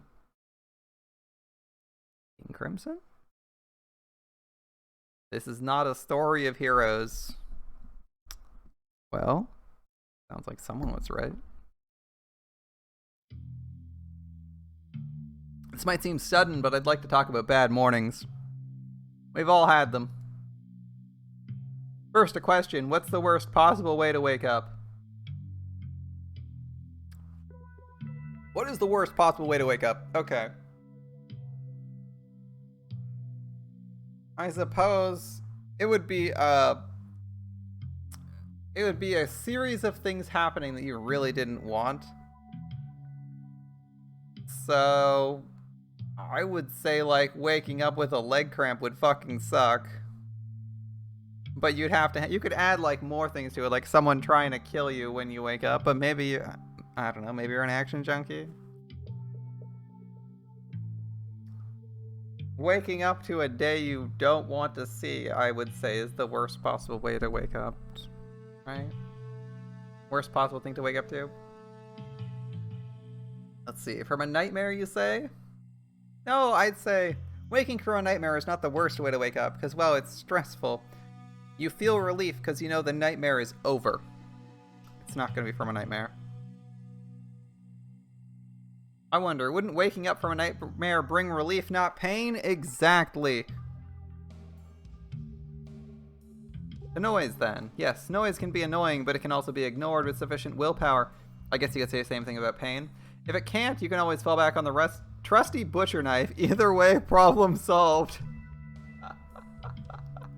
What an answer. It's too true. It's like, man, noisy people are annoying. But you could ignore it with sufficient willpower. And if not, well, there's always murder. Anything else? Your childhood friend cruelly rips off the sheets while saying, hurry up or we'll be late, in that disgustingly sweet and silky tone such characters are wont to use? Nonsense. How is that a bad? That's annoying. What's more, your arranged marriage partner, the hot older woman from next door, your non-blood related sister, her unrealistically young mother, their live-in maid, the priestess from the shrine up the mountain, and the 2 exchange students who happen to be a princess have also come to wake you up. Wait, that doesn't sound that bad. I mean, it could be stressful, but is it that bad? Oh, and they all bear a striking resemblance to the tropical pitcher plant. Wait, what? Well, that doesn't sound very good for your blood pressure. Even so, if you stop being an indecisive dick and start approaching these women with courage and resolve, everything will be alright. It's hardly the worst possible scenario. You just need to steel yourself and fight to the end. So what is the worst way to wake up? Make sure you dispose of the bodies. My god, this guy. I don't care if he's serious or not. It's just funny to read this. It's like, man, there's this cute exchange student who's a princess has come to wake you up, and it's like, steel yourself and fight to the end. Dispose of the bodies. Like, what? What am I reading? So, what's the worst possible way to wake up? The answer is obvious. Ah, I called it! The pain of a cramped leg! Oh, I knew it right away! I was like, maybe you can ignore the pain, but the inability to act is what's gonna ruin it. The pain of a cramped leg is the worst way to wake up. Because you wake up from wherever you were and you're in a worse state. And the worst thing is you can't ignore it, because if you want to go anywhere, if you want to go anywhere or do anything, you have to resolve the leg first. Don't be so quick to dismiss it, especially if you haven't had the experience. Imagine, if you will, you're dreaming of a stroll through the park on a fine spring day. Suddenly someone jumps out and shoots you in the leg. You have no idea what's going on. You can only howl in pain as you slowly rise from slumber. Which is when you realize you've got a cramped leg. Are you getting the picture here? The very first thing that happens upon waking, the event that begins your day, is that you find yourself writhing in agony with a cramped leg.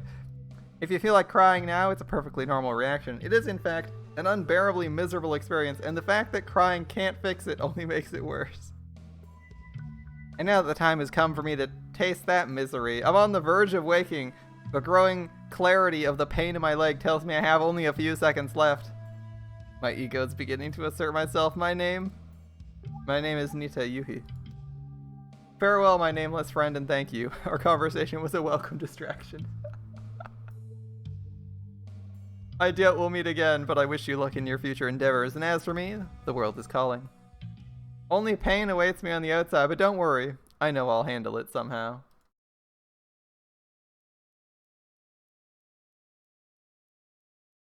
Alright, Protagonist-kun. Nita Yuhi. Who's the girl he's seeing? Yeah? I give up. What? Exhibit A. Me. What? What am I looking? Circle, square? Is this a No, this isn't a swastika. Is this a swastika or the Buddhist symbol? I can never remember. I'm gonna assume it's the Buddhist symbol. Square, circle. Ah, reverse figure 4 leg lock.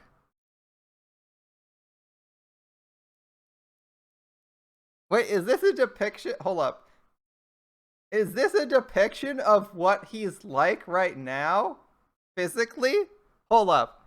So is this head, arms, torso, legs? Torso, head, arms? I think that's what it is.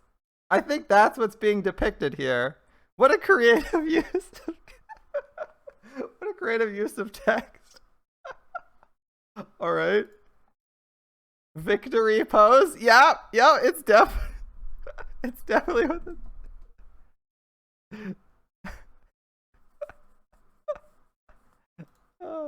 Hold on, my friend. It seems I was mistaken. Why would you do this, Kurasuno? Yuhi? 早く起きないと遅刻しちゃうよ。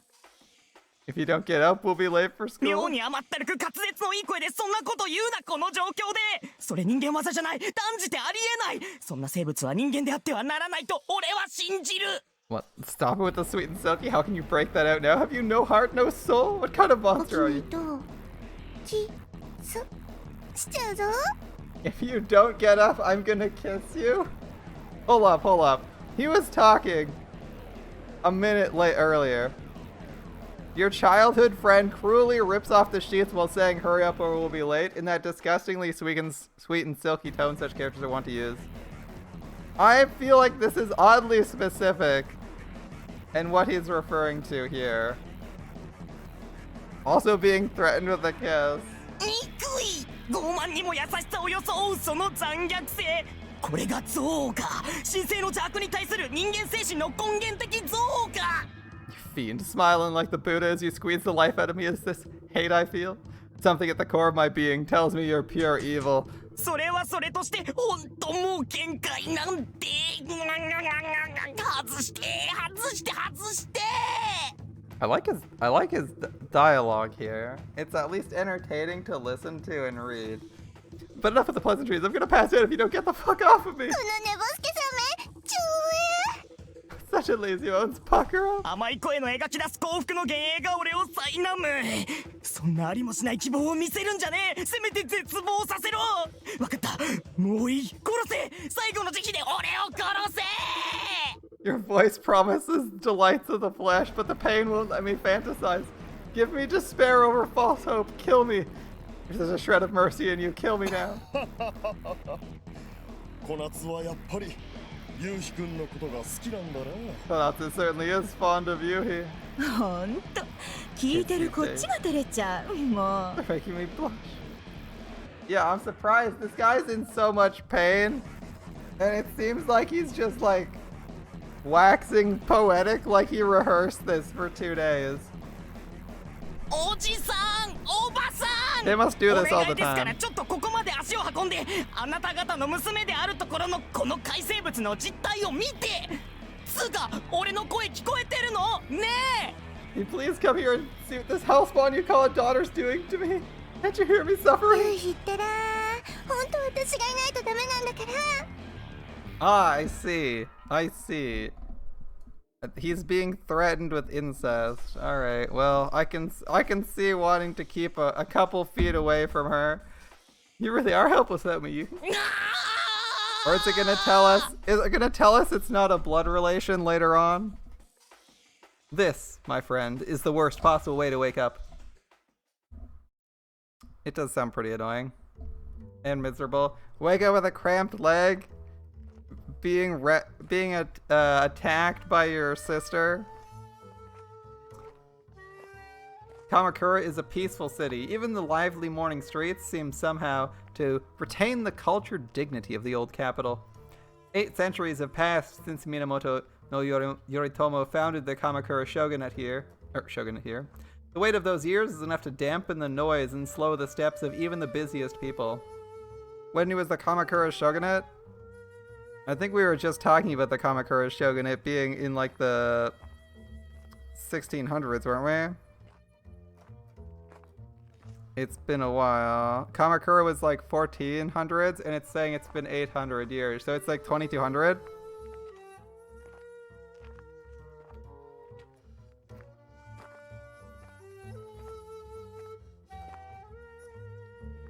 Kamakura was like 1400, I think. So that'd be 2200. Or was it earlier? Either way, we are very close to the modern age, relatively speaking, and not set in the past. Oh, it was set in the 1200s, so this is like the 2000s. Okay. This is like the 2000s if it's been 8 centuries. But the weight of those years is enough to dampen the noise and slow the steps of even the busiest people. How can we feeble humans resist it, we who measure our lives in mere decades? 1185. Thank you. That's very precise. So that would be 1985 at bare minimum. Although you could also probably say the same thing up until the turn of the next century. So could be in the 2000s. We cannot. A mere mortal such as myself could never overcome the weight of millennia. I would not even presume to try. Who can blame me? Surely one's not so foolish as to believe that we can swim against the flow of time.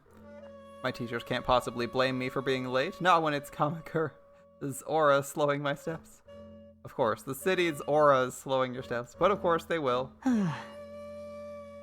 I may have failed to justify my laziness, but I still don't feel like walking any faster on this busted leg. 夕日遅いよ。 Walk faster. 理由がわからんとでも言うつもりか。 You know damn well while I'm walking so slow. それはわかるけど。当たり前だ。前から聞こうとは思っていたんだがな。どうしておめえは何事につけ何かにつけて、ああ破壊的な方向へ。 Oh, did he actually say Oji-san? I wasn't actually paying attention to the dialogue that much. Hold up.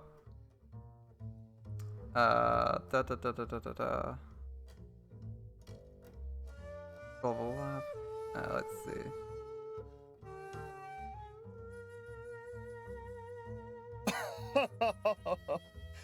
小夏はやっぱり夕日くんのことが好きなんだな。ほんと聞いてるこっちが照れちゃう。もうおじさん、おばさん、お願いですからちょっとここまで足を運んで、あなた方の娘であるところのこの海生物の実態を見て。つうか俺の声聞こえてるのねえ Yeah, that お works. じさんおばさんお願いですからちょっとここまで足を運んであなた方の娘であるところのこの怪生物の実態を見てつうか俺の声聞こえてるのねえ I mean, it might be possible he's just calling them his old man and old lady, but that would be that might be rude, but yeah, it does sound like she's his cousin. He's his cousin. It would be very straightforward to say that, because it'd be aunt, uncle, go see your daughter, and they specified that it's their daughter. Okay, he specified that it's their daughter. Yeah, it could be his cousin. It could be his cousin.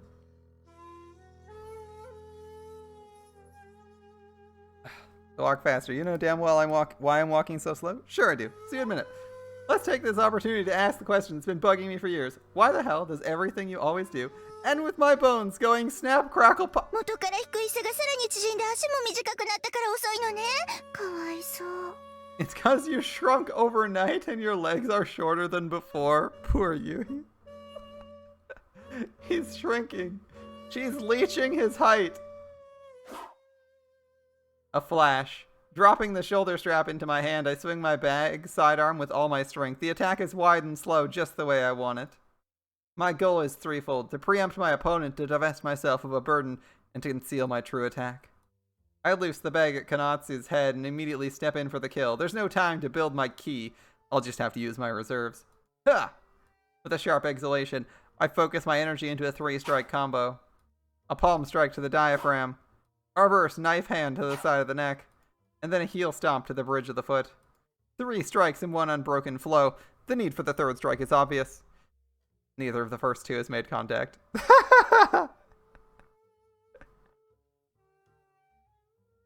The reason for this, too, is obvious. My enemy is not where she should be. Where she was, there is only my bag, still flying through the air. My final blow, the heel stomp, smashes vainly into the pavement. And an instant later, something explodes against my jaw with perfect accuracy, coming out of my left low blind spot like a sudden gust of wind. She stepped to the side, crouched down, and uppercut. All I see is a bright white sky. Are you trying to blind me, sky? I realize I'm lying on my back in the street. The sky has returned to its normal pale blue, and a cow is about to step on me. The cow, hauling a cart of vegetables under the guidance of a half-asleep farmer, gazes down at me with utter indifference. I jump up before it crushes my head, and I pick up my bag. And then I jog over to Kanatsu, who's now about 10 paces ahead of me, and resume my place beside her. So, anyway. Oh. Yeah? いつから聞いた話だけど、やっぱり服とかアクセサリーとかは今のうちに買っておいた方がいいんだって。Well, he tried an attack. It turns out physical force doesn't work against his cousin. I was talking to Ritsu last night. She said we'd better buy clothes and stuff now while we still can. 高いだろ Isn't that stuff expensive? うん。 Yep. ちょっとしたブラウスなんかでも1着1000円くらいはするよ。 Even a plain blouse can cost you 1,000 yen. That's like $10.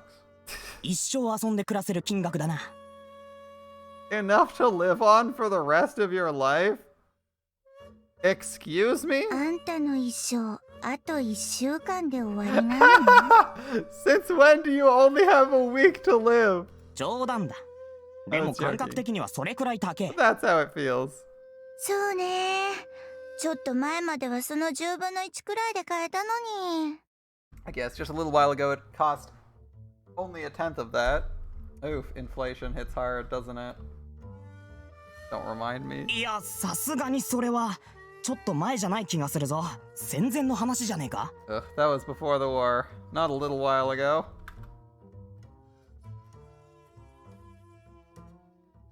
Is there gonna be more dialogue? There's nothing happening right. Oh wait.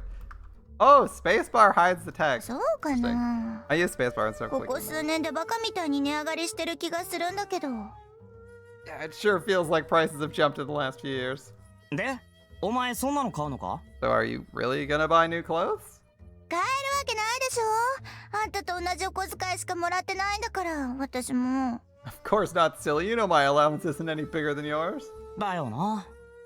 That's what I figured. でも欲しいなら今買うしかないんだってさ。もう少しするとお金があっても買えなくなるんだって。 But if you're gonna buy something, now's the time. Wait any longer and it won't matter how much money you have. True, if you're experiencing some serious inflation, it might be best to buy early. なんで？ Why is that? ね、よくわからないけど、女物の服とか装飾品とかを作るのに使われる資源が軍需産業に回されるってことみたい。 Well, I'm not really sure, but they say the materials for women's clothes and accessories and stuff have all gone to the army. Yes. Yes, that is what happens.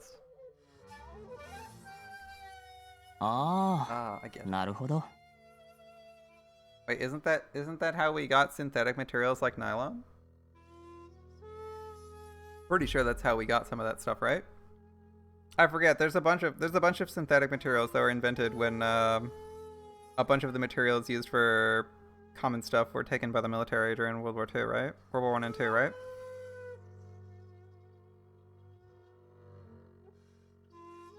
It's not like rationing started yesterday. It's something we've been dealing with since the run-up to the war. What I don't understand is why it's still going on. It's been years since the war ended. I guess it's stupid to expect Rokuhara to have good reasons for anything. It's probably got something to do with their business ties. Long live the Shogun, eat your fill, your grace, and don't stop until you're too fat to stand, and then we can spit you and roast you like a pig.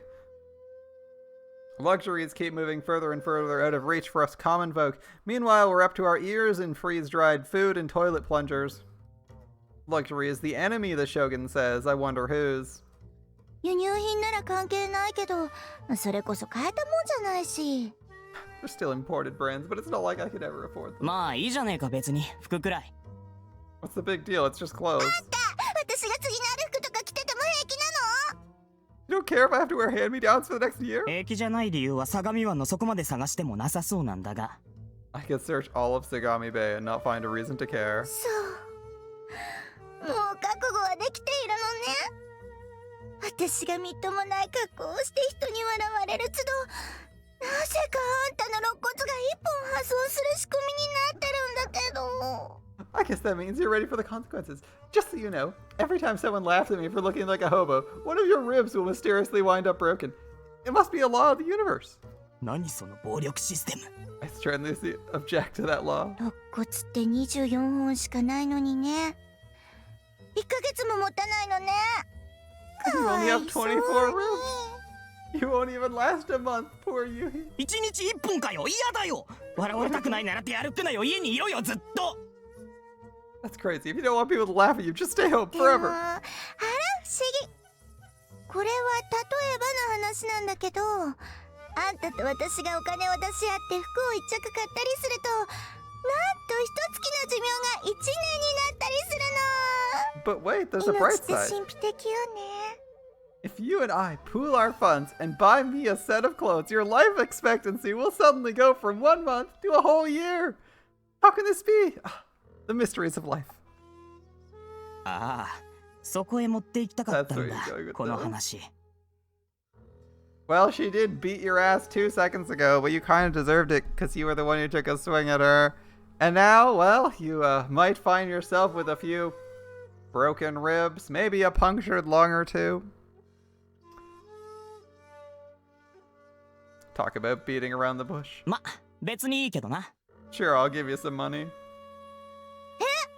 Huh? That threat worked? Kanatsu freezes. She clearly didn't expect me to な agree. んで？ Why? なんでって言われても、俺金の使い道ってねえし。 I mean, why not? It's not like I've got anything to spend it on. I don't play sports.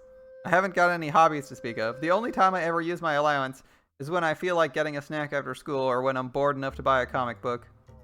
Compared to Tadayasu with his many and varied interests, my expenses might as well be だか nil. らいいよ別に。い Don't くら worry いるん about it. だ？ How much do you need? おーい。 Kanatsu? いらない。 Never mind. What? 早く行こう。本当に遅刻するよ。 Hurry up, we're gonna be う late. ん、うん。 Okay. Konatsu picks up the pace and I hurry after. Was she just trying to... She's just trying to threaten me for no reason? I'll never get women. His words, not mine. 田村ワークスのサンダーボルトが敗れた原因はコーナーリングを過信したからというよりもむしろ直線で勝つための加速能力を軽視したウィング調整にあると思うんだけど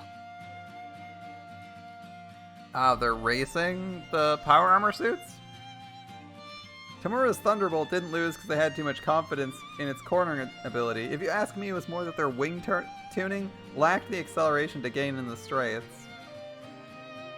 I see. Good cornering, bad acceleration?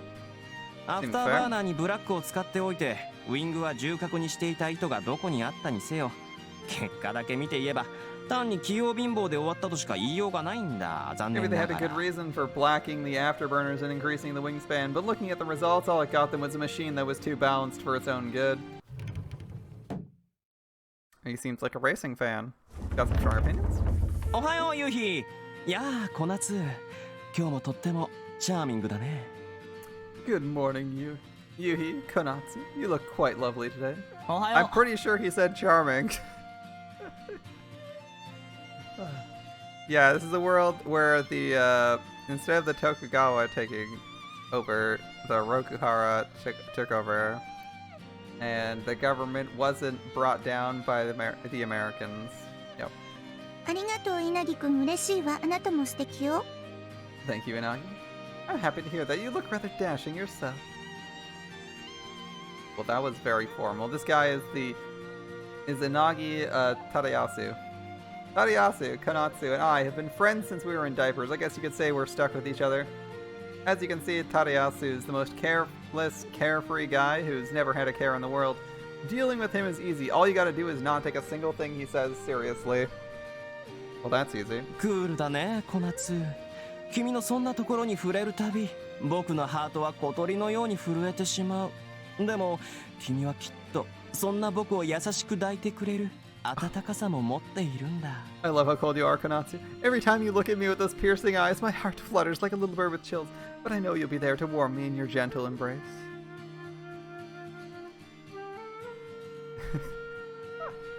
That's a good one. Since instead of weeb culture, they have traditional stuff. And the deepest rooted tradition in Japan is mecha. That's so bad. No. So this is alternate history that starts 800 years ago, but continues on into the present. As World War II hasn't happened or didn't involve Japan. Either that or it's actively going on and they just haven't lost yet. But hey, they got mecha, so maybe they just win. Maybe this is an alternate... Maybe this is an alternate history there. Maybe that's how far we're diverging. We're not just tweaking the past, we're tweaking the present, we're tweaking their present here. Interesting twist.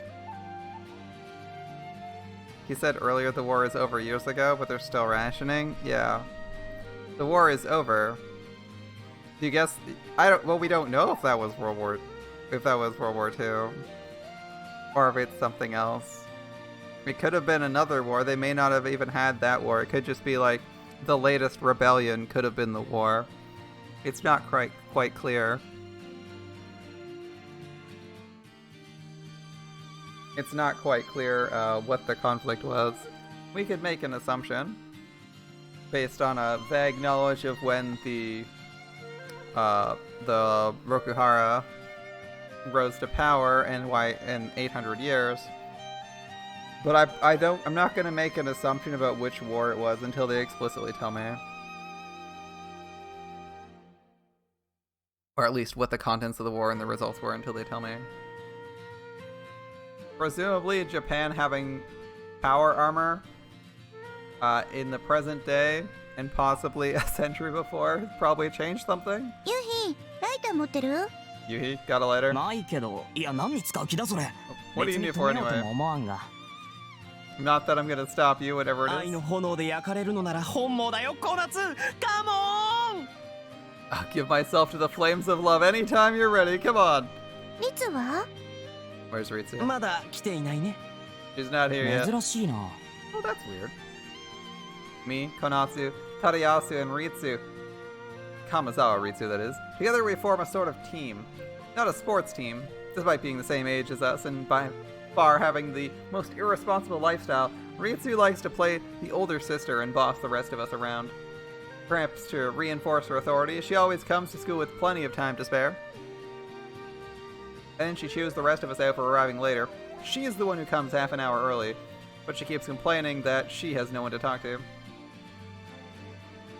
You'd think she could hang with someone else, but unfortunately the only other students here that early are the hardcore teacher's pets. They'd never interact with a rebel like her.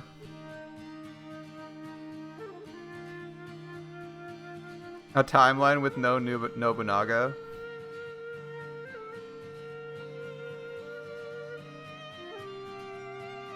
So, here we become the targets of her frustration. Well, mostly I do. I have no idea why. No, really. That said, she doesn't take it out on my tender flesh like Konatsu does. Ritsu is a slightly more civilized sort. Her weapon is the tongue. おはようございますゆうひさん。あらあら今日もごゆっくりだこと。一体どうしてそんなに朝が遅いのかしら Oh, good morning, you. My, late as usual, I see. What could possibly be the cause of such tardiness? And that's what he assumes she's gonna say, or what she says. Very Luvia. Yeah, I'm like, Luvia. I'm getting Luvia vibes here. きっと全身の血液が下半身の一箇所に集結して頭に回る分が奪われているからに違いありませんわ。いけなくてよゆうひさん。ちゃんと夜のうちに右手運動を励みなさい。Must be because all the blood in your body is concentrated below the waist. For shame. You should know by now to finish your right hand exercises before bed.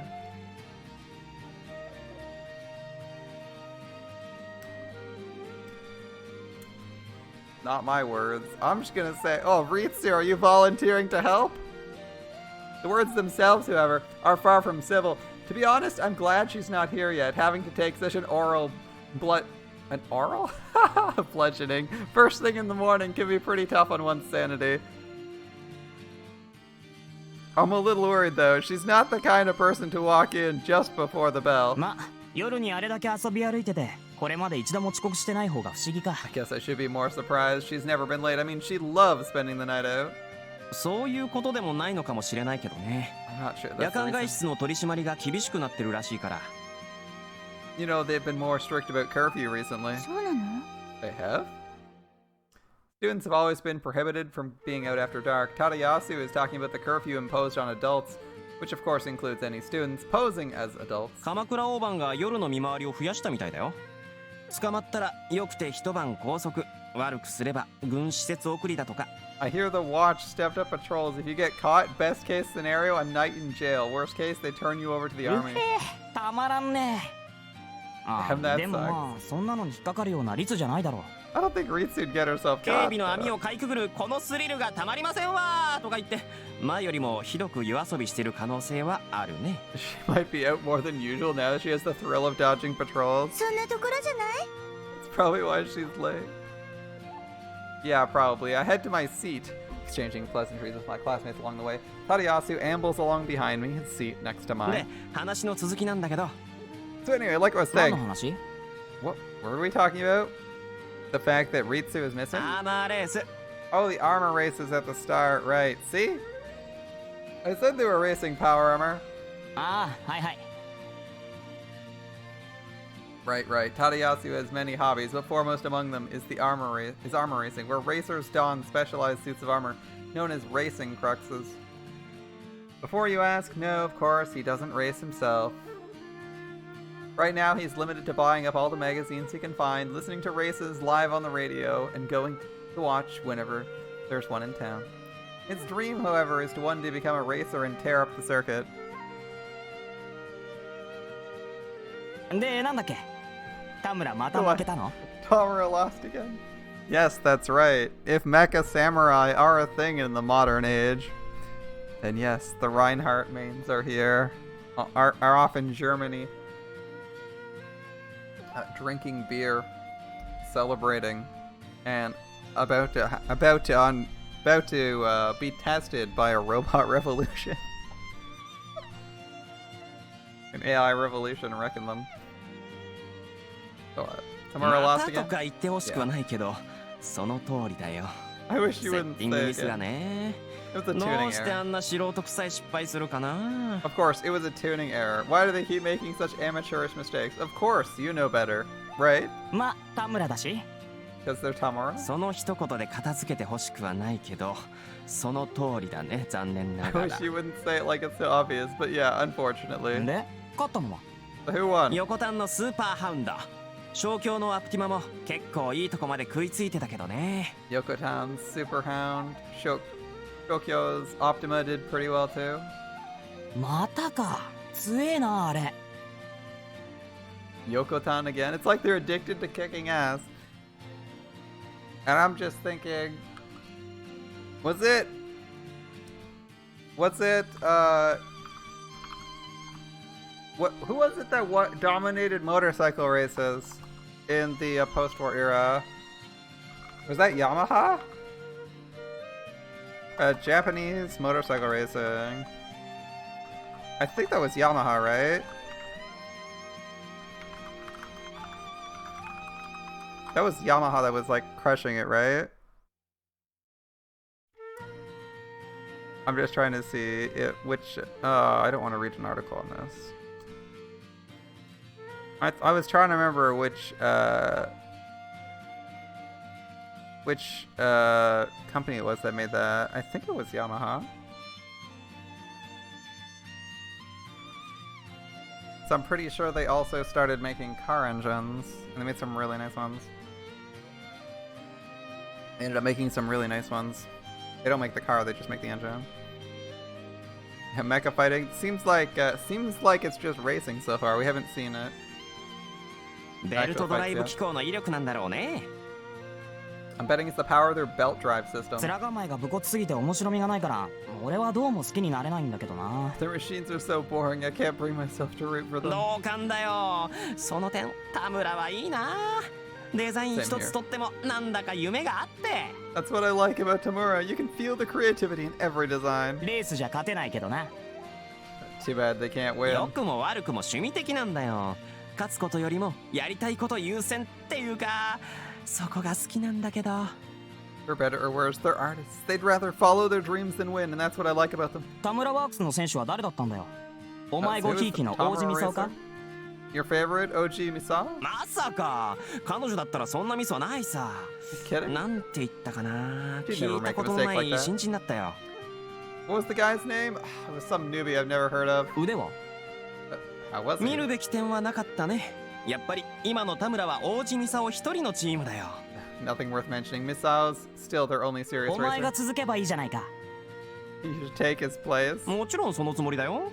Of course, that's the plan. His tone is as laid back as ever, meaning he's dead serious. That's what amazes me about Tadayasu. He knows how hard it is to become a pro racer, and he's still striving towards that goal. He spends most of his free time studying racing technology and technique. But that's true of every hardcore fan. Tadayasu doesn't stop there. Every morning he runs to build stamina, and he's been practicing swimming, an essential skill for a Crux pilot. He can't actually start training without a Crux, of course, but he's even got that worked out. After graduating, he intends to work for his dad until he saves enough money to buy his own racing Crux, which means he's also studying business. Needless to say, Cruxes are expensive. Well, nowhere near as costly as the combat armor, or Tsurugi, used by Musha, which isn't available on the market anyway. A racing Crux is still a major investment. Even an obsolete second-hand model won't go for less than $1 million. It's a whole different level than wanting a car. How much is a car? Tadayasu's dad is a corporate executive, one of those winners at life people talk about. That's why he can even hope to make that kind of money in a few years' time. Even with that advantage, however, most people in his position would probably have given up. I can't help but wonder where this unspeakably easygoing man gets his drive. Ah, the mysteries of the human psyche. 実は結構羨ましいんだ。 You know, I'm actually jealous of you. I mean, the man's The man's dad is like a CEO of a company, and he's gonna go to business school and immediately get promoted to like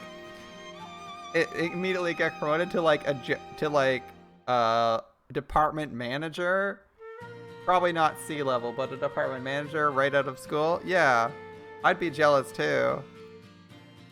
Nepotism is a really solid way to get your start in life. なんだい Why is that? はっきりとした夢を持ってて、そのために努力でき You る have a お dream 前 and you're working towards it. That's also handy. 俺は努力を問われる以前にやりたいことがないからな。 Sometimes I 自分で wonder, も不思議だ。 when did な I んでこ turn んなに into 老け this 込んでんだろう俺。 bitter old man? 普通さ、俺くらいの若者ってのはむやみやたらと夢を持ちまくるもんじゃないのか？ I'm a teenager. Shouldn't I have some crazy dream? Is overthrowing the Rokuhara shogunate a good dream? むやみやたらかな。 Crazy how? 俺将来天下取れるよなってスムーズに信じていたりしないか？ Didn't you ever think one day I'm gonna rule all of Yamato? したの？ Did you? 昔は。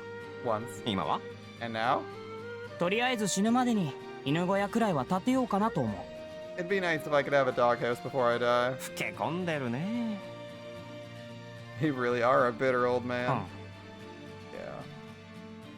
I get the feeling that's about all I'll amount to.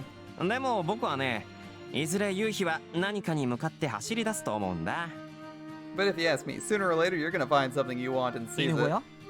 A doghouse? 多分他の何か。 Probably something else. そうかな。 I wonder. きっとそうだよ。 We're just gonna relax for the rest of the show. It's gonna be a nice, relaxing school experience, and that'll be the rest of the novel. No plot, just meandering. I'd put money on it. He's confident. I can't imagine anything grabbing me like that. おっとっと。 Whoa. Our homeroom teacher, Suzukawa Ryobu, opens the door and enters the classroom. Tadayasu quickly plops down in his chair. Suzukawa mounts the podium with his usual brisk stride and faces us back straight as a ramrod. Sometimes I feel he's gotta be half my age. Yeah, that's always weird when you get like young teachers in high school and you're like, how old is this guy actually?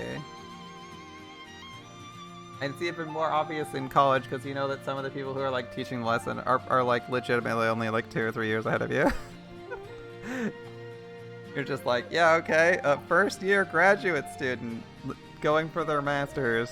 I'm just like, I'm in my 2nd or 3rd year of college. You're only like 2 years ahead of me, buddy. おはようみんな。今日も一日。 Today will be. His powerful voice, drawn from lungs honed by years of coaching the swim team, trails off mid-sentence, and he scans the room with a confused expression. There's only 20 students in his class. It's easy to tell who's absent. とうとう遅刻だな、リツ。 Now Ritsu's officially late. 珍しいこともあったもんだね。 Well, there's a first for everything. Tadayasu returns my puzzled gaze. A fluke of nature, a hiccup of fate. That's still all it is to us. Is Ritsu dead? Is she in jail? I wonder what happened. They've kind of pitched actual possibilities to us instead of being like, ooh, maybe she's slept. Instead of saying maybe she slept in, or maybe she's like arguing with her sibling, they pitched us maybe the fucking patrols caught her and she's in jail or being sent to the military for execution. They've sent us some very interesting stakes. It's like she's like jail, dead, or maybe she slept in and you're like, wait, are those real options? The war's over. Are those real options? I guess so.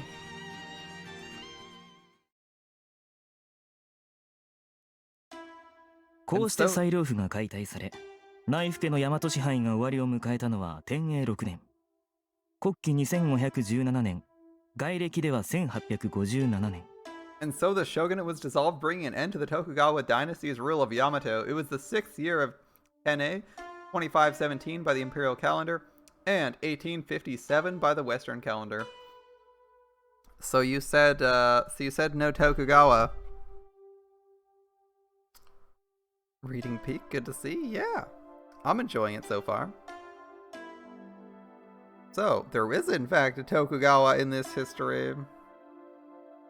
A Tokugawa dynasty in this history. ように見惚れたか？うむうむ、この正直者め。 Thanks for the follow, Mystic. I like how you were theory crafting how the alternate history was working. And then they just show up with the second class starts, he immediately shoots it down. That's kind of a nice job there, right? They kind of pitch like potentially an alternate history, and then casually in what is usually like the background dialogue for the teacher that you tune out, it actually informs you of like relevant information. This is a bit of a lore dump time. Yeah, if they actually just have it like this, like a couple lines, and then like have the teacher trail off, I think it's an okay lore dump considering they're out of school. The fun thing is though, is that usually this is like a complete waste of time, right? Like if you're watching a lot of shows, the teachers, whatever the teacher's teaching, half the time it's English class, and most of the time it's useless or irrelevant. Using it to inform the lore, even if it's just stating stuff that's like already known in our history, is cool. It's a good approach as long as they don't spend like 2 hours on it, right? Or aren't consistently doing it. If they're doing it like every single day, you get like a summary of the lore, it'd be okay, but it'd get a bit tedious. Yeah, it's a good approach to a lore dump if you're gonna have a little bit of it. Especially stuff that you didn't want to write an entire scene for. Like, a scene, you don't really want to write a scene where someone dumps this information, but in the school setting you can just give it out.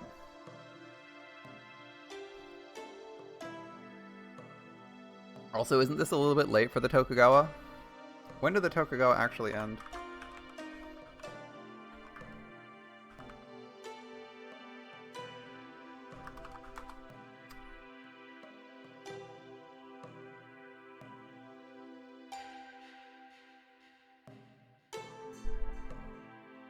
Let's see. The Tokugawa shogunate was the military government of Japan during the Edo period from 1603 to 1868.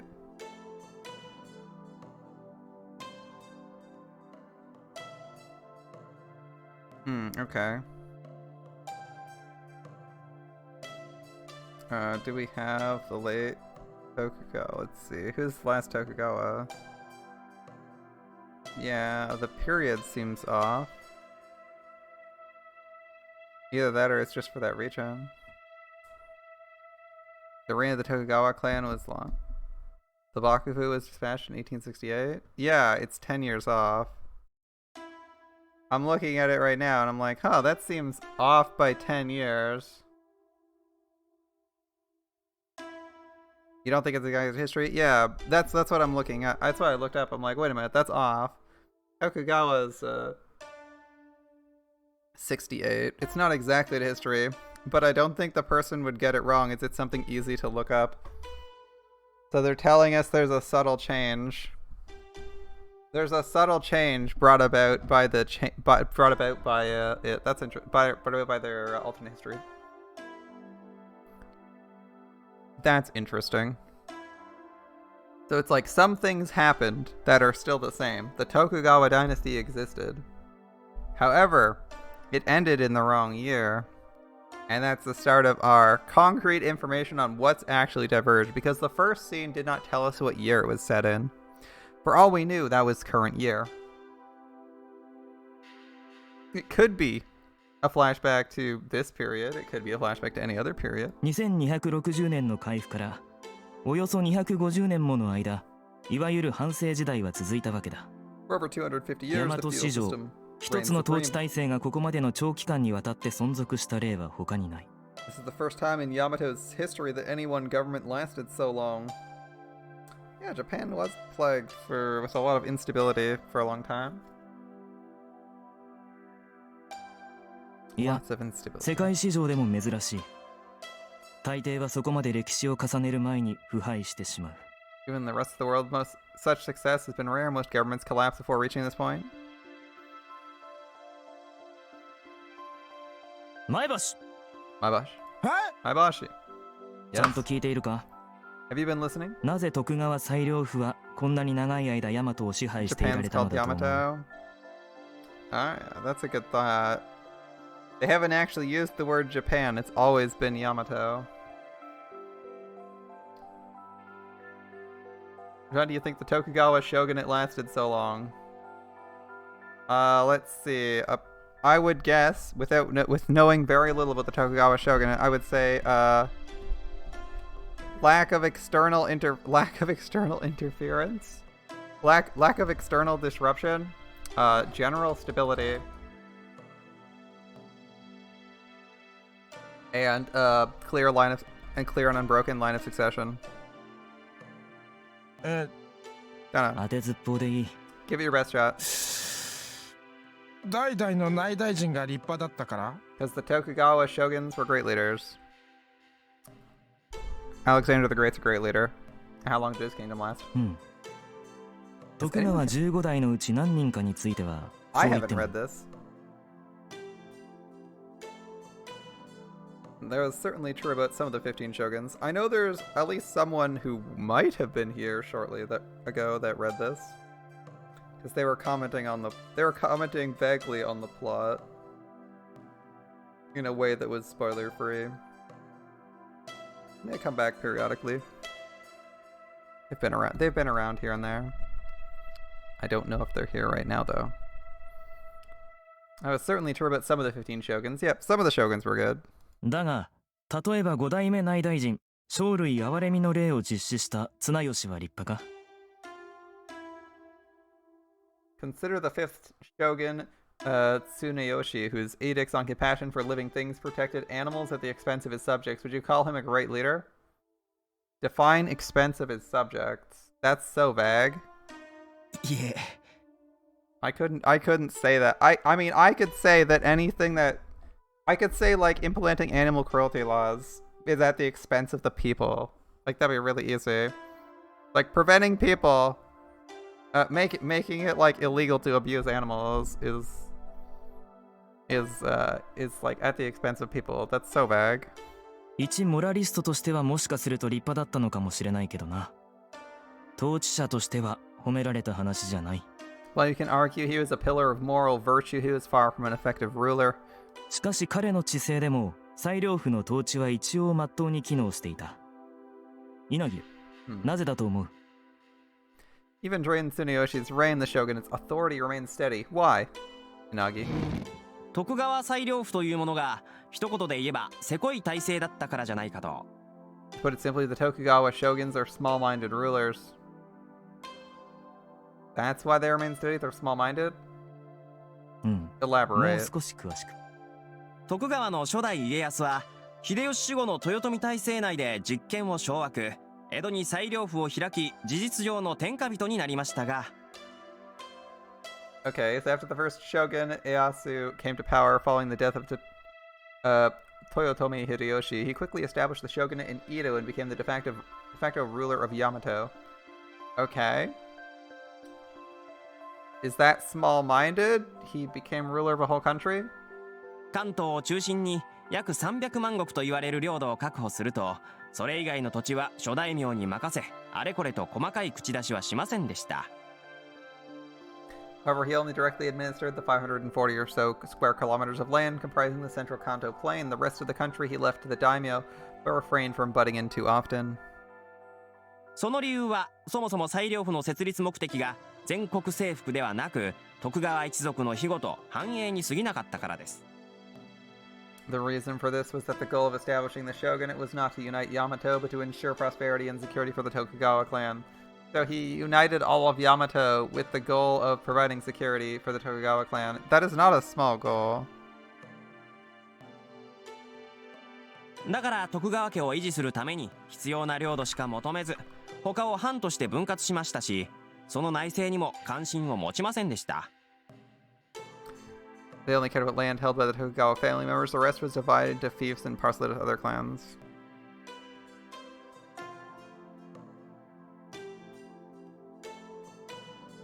Aren't the daimyos like regional kings?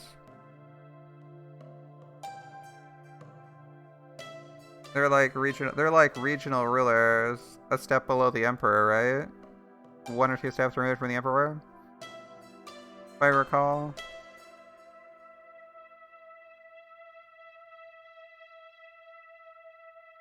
So they're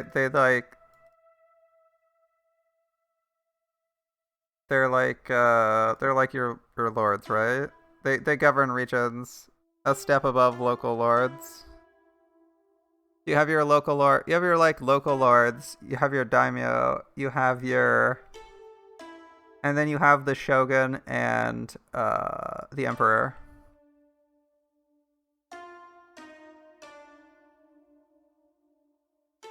No, the things are so he's saying he established a shogunate, becoming de facto ruler, because the shogun only, like, the only person who checks the shogun is like the emperor, and then the rest of the country he left to the daimyo to rule. So he basically said, like, I'm in charge, but I'm not micromanaging anything except for the central Kanto plain. The rest of it he leaves to the daimyo, who are basically like, so like if you consider as like Japan's like a empire, right? Japan's an empire, right? They have an emperor, okay? So you have your emperor, and then you have like a bunch of kings, because an empire is traditionally composed of a bunch of kingdoms. So you'll have like let's say you have like 5 kings under the emperor, okay? The kings are the daimyo, and then you have your local lords, like your dukes or your counts. Your dukes, your counts, those kinds of people are like your regional lords. That would be like held by like one smaller family. Yeah, or the United States, if you want a more modern reference. Each state has its own government. Is the Tokugawa clan more powerful than the daimyo? So the Tokugawa clan has more influence because I believe they have a shogun. I believe they're the shogun, right? I believe that's what he's saying. He established the shogunate in Edo, becoming a ruler of Yamato. So either the Tokugawa is the shogun, either the leader of Tokugawa is the current shogun, which means he's like second to the emperor, or the shogun operates from Edo for some reason, which seems unlikely. But yes, the Tokugawa clan would be more powerful than the daimyo here. So they possess power, but they're not directly managing things. They're basically like, I'm in charge. Just follow like these 2 rules. I'll manage this small district, and you guys just implement everything over here. Basically, he's like not micromanaging super hard, so that the other rulers can effectively manage stuff, right? You leave the other guys independent. They maybe give them some vague directives. Yeah. That's basically how it works. He directly controls, like, he directly controls like his own city, and then it lets everyone else manage everything else, because nobody wants to in an empire, nobody's directly managing all the kingdoms. Same with the feudal system.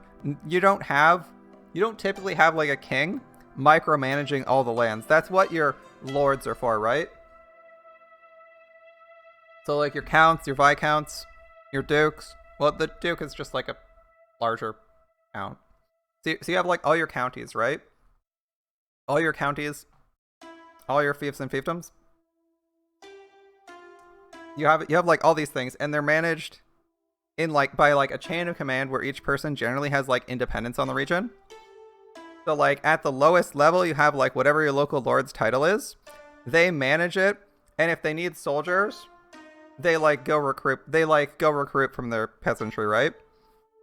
Or they have tons of money and they just like hire mercenaries, right? Or they train knights because they're like fairly rich, and you bring like either like someone who's in the line to rule the region, rule your fiefdom, or you have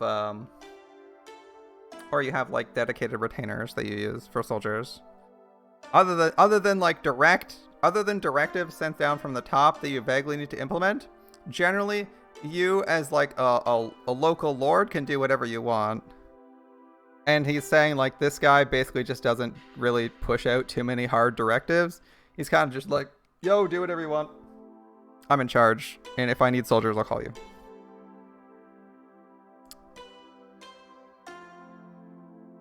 So yeah, the rest of the land's divided into fiefs and parceled out to other clans. So they said, we're taking our little piece. You guys manage everything else. Basically not doing too much and just appeasing all the major landholders or large-scale politicians if they're rebuilding their government from scratch. So basically, anyone who's influential is going to keep like a ton of land and influence. 反面城の修復やら治水工事やらを頻繁に指示して諸侯に財力を蓄えさせなかったのも理由は同じです。So while they allowed the daimyo significant autonomy, they also made sure to frequently order the construction of castles and waterways and such in order to keep the other clans from stockpiling resources. So there's the directives he's sending down from the top, right? So as shogun, he's telling the daimyo, we need castles in this region. Please build a castle. Build a castle. And it's their job, because the shogun doesn't give you money to do this. It's your job to raise the money and build the castle. Right? That's what your taxes are for. That's what the taxes on the peasantry are for. Visual novels better than Elden Ring? Well, I'm glad you're enjoying it. Even though there's no combat right now, there was a good fight scene earlier. Okay, our character knows quite a lot. Is he reading from a dictionary for a 16-year-old? I don't know how old this kid is. For a 16-year-old, this is a lot to be spouting in an opinion piece, unless you recently read this from a book.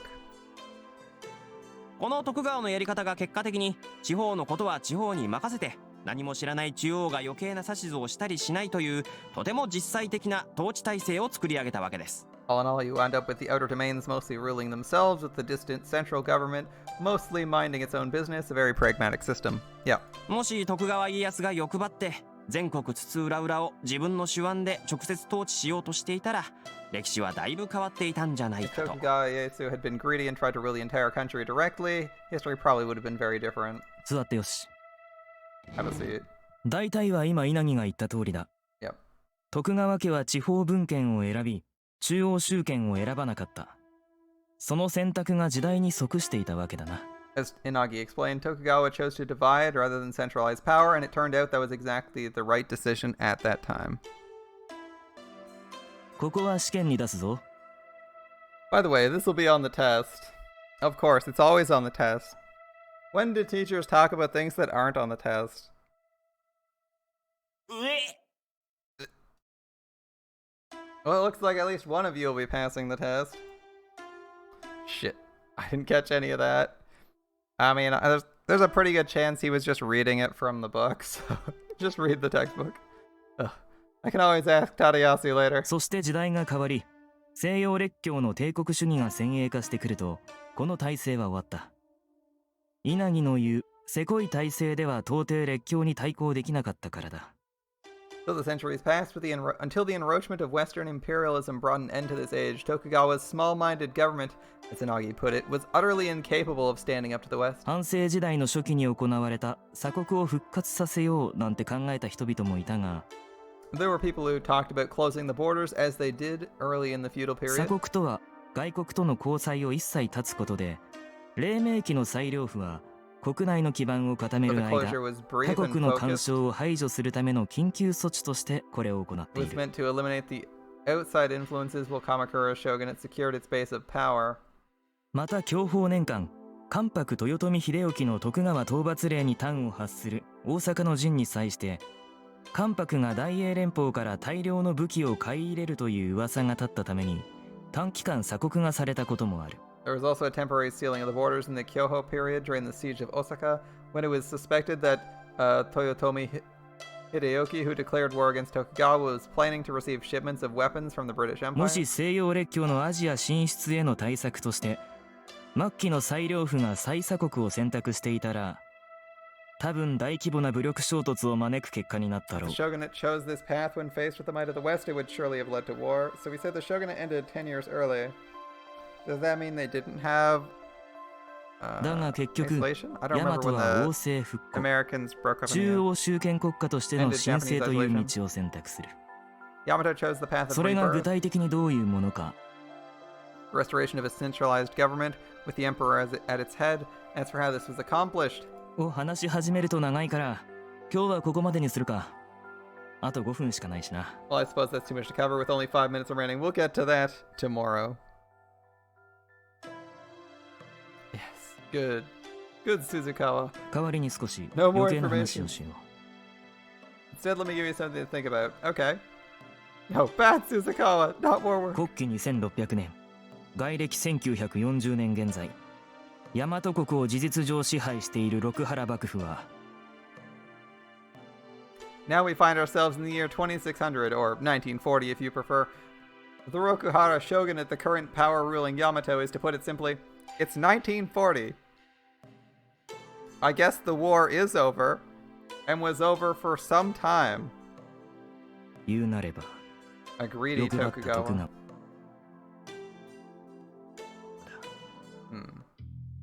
自分たちの利益だけを求めるせこい思想に基づいて全土を支配しようという体制だ。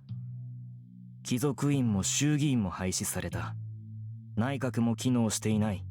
They want 京 to 都朝 dominate 廷はもともとお飾りだ。 all of Yamato for their own selfish gain. Excuse me, can I read that again? We find ourselves in the year 1940. The Rokuhara shogunate, the current power ruling Yamato, is, to put it simply, a greedy Tokugawa. They want to dominate all of Yamato for their own selfish gain. The Diet's been dissolved. The cabinet is impotent, and the emperor is as much a figurehead as he always was. That's some interesting dialogue if you're still living in a shogunate, my friend. That's some interesting dialogue if you're still living in an empire. Someone's baiting being executed for treason here. その代わり鎌倉には不堕落山塞を築き周囲に宿坊を置き関東一帯を軍事基地化して大和全土を平原している。 Rokuhara, meanwhile, has erected Futaraku Castle here in Kamakura and divided Kanto into 4 military districts, a base of power from which to cast their shadow over the rest of the nation. Openly speaking against the government is not guaranteed everywhere in the world. Especially when there haven't been any fundamental reforms due to the due to Western meddling in Japan. You take your freedom to criticize the government very lightly if you ask, why would it be bad to say the government are horrible leeches on the people? Are you trying to incite a rebellion? Are you a rebel sympathizer? We literally just had the previous scene before the kid woke up being them executing an entire village. Like, executing an entire village to kill after killing one guy because they assumed that the rebels the people presumably sympathized with the one rebel guy. I don't know when that was set, so I'm saying if you're actively preaching for the destruction or elimination of the Rokuhara shogunate, you're probably saying something really sketch. I mean, even if it's a common opinion, you probably wouldn't tell this to your students. Does that make sense?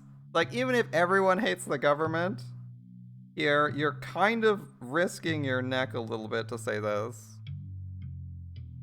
As freedom of speech is not a given here.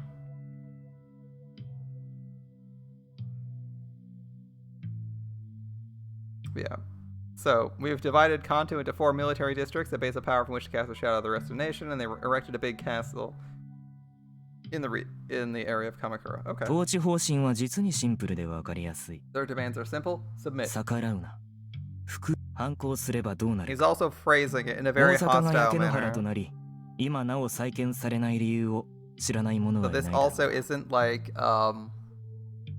This also isn't like a neutral perspective we would typically expect from someone teaching history. Or like the attempt at neutral perspective, I will say. Because generally, even if you're attempting to go for a neutral perspective, you're probably heavily biased in some direction. But like, he's not attempting to say, this is bad. This would be like, this is clearly saying that the current government is a fucking horrible people. Horrible, oppressive tyrants, and you're like, okay, well, that's an interesting thing, but aren't you teaching history or trying to teach people something? Why are we basically giving out a political opinion as fact to students? It might be a fact. I'm not even gonna say his opinion's not a fact. But he's giving his opinion as fact, and it's also not necessarily something he should be saying. Or is safe to say here. Anyway, if you resist, well, we all know what happened to Osaka, don't we?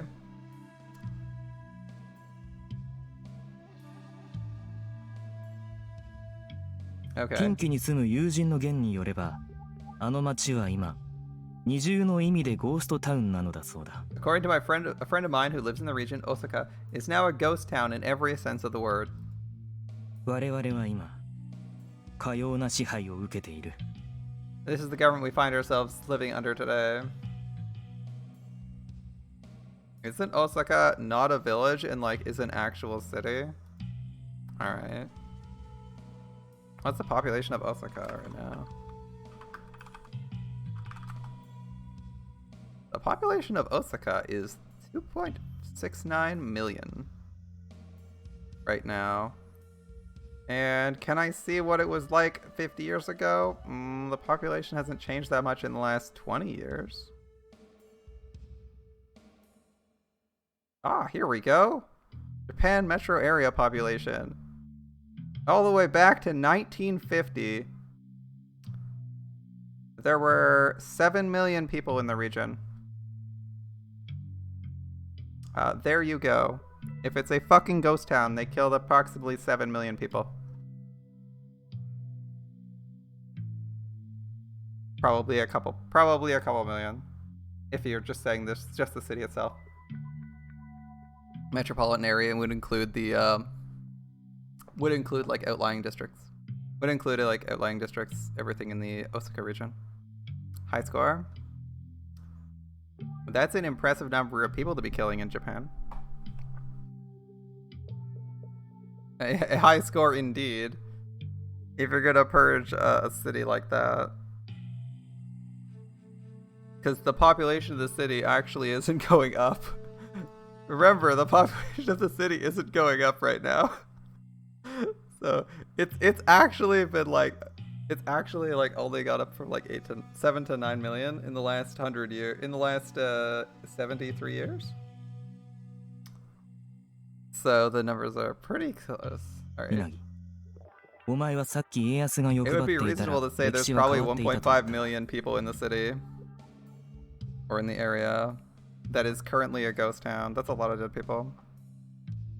If we assume that like the outlying farms and stuff count as separate towns. Inagi, you said if Ieyasu had been greedy, history would have been very different. Well, they're about to show us just how different. It won't be long now. You think the Americans are going to appear and make a mess? Soon. Soon this madness will end. What is that face? Look how wide his mouth is. My goodness. This man's mouth is wide enough he could probably eat an entire orange in one bite.